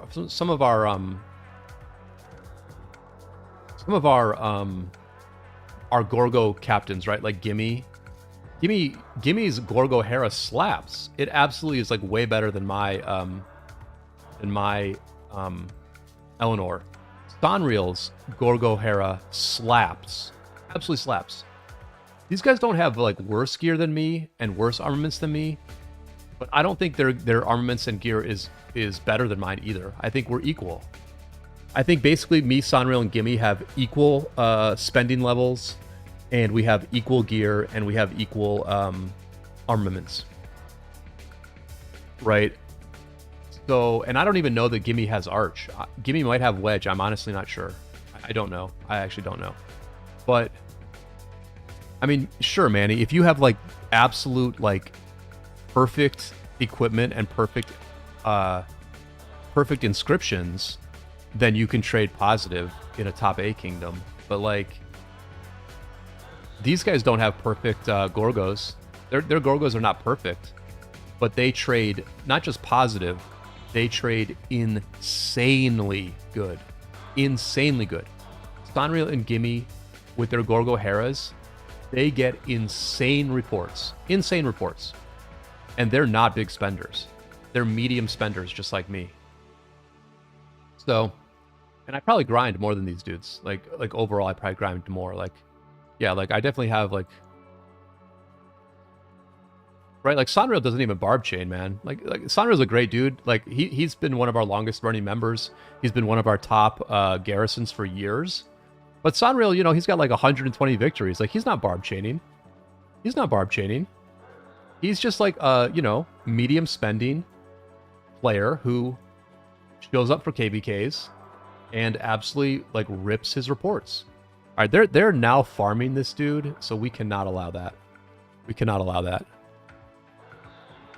Manny says, you're right. You shouldn't. Gorgo is definitely top tier Garrison overall. I'm just a cavalry supporter, and personal think she's very far behind other top Garrisons. Her biggest factor is the random proc skill. Yeah, the random proc skill is good. I mean, I wonder if maybe she'll be good in like artifact KvKs as like a secondary to Flavius or something like that. You do wonder about that.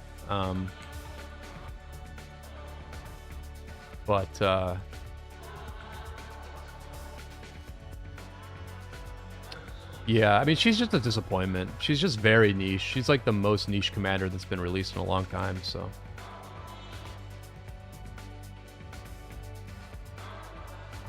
How much money is it to max tech? Well, I mean, I've spent like $600 in this KvK, and so I guess I'll max tech by the end.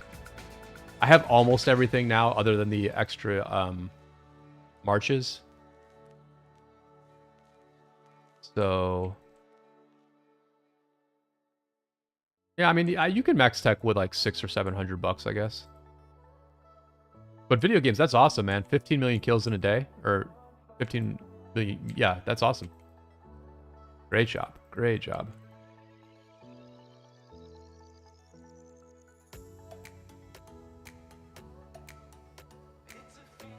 All right, now we engage. And I hope our teammates engage with us.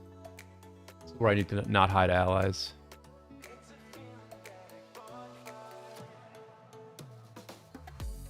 I think we just take this fight. Look, why is this guy retreating? Who is this? Klopp? Oh, Klopp is just a disappointment.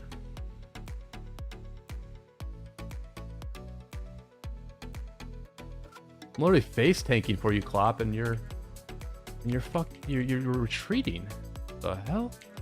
So I tried to start a good fight. I don't know. I don't know if my teammates got here in time or not, but there you go, boys. I gave you an outnumbered fight, but yeah, just run away. Just never engage. No point to engage. Why would you engage?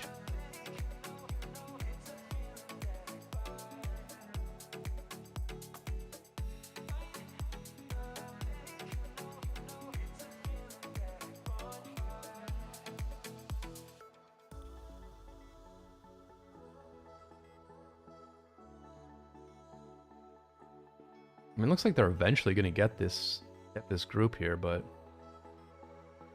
I didn't get none of the spoils. Oh, decent reports. I mean, yeah, you can just see in certain fights the Zug Henry just gets destroyed. Just gets absolutely destroyed.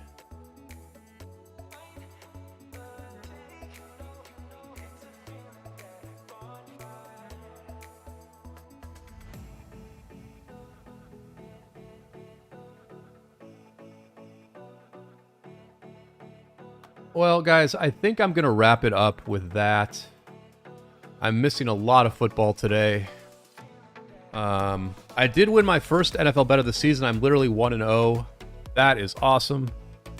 I'll be rooting for the Lions -4 later tonight. I may actually work on a video later tonight and upload it for tomorrow morning. At the moment, it looks like Greenwood is letting Water fight us solo, which I do appreciate, and it kind of makes me want to defend some of these flags. But we're chilling. I mean, we got a bunch of flags here, so whatever. I do think I'm gonna wrap things up with that. I do appreciate everybody for hanging out. Let's read one last comment from Q Dogged here. I got like 7 million yesterday. I went rogue in KvK 1 because my kingdom scammed me out of hella RSS. Yeah, I'm glad everybody's out there grinding. Sounds like a lot of people are in KvK right now. Good luck to King Alpha on his Kingsland tomorrow in 2836, our former allies. Shout out to everyone who has made this KvK more enjoyable. I have given you a lot of thoughts in long form on this stream, but I will also give very concise thoughts in video formats in the week to come. But with that, have a good one, everybody. Good luck on your NFL gambling.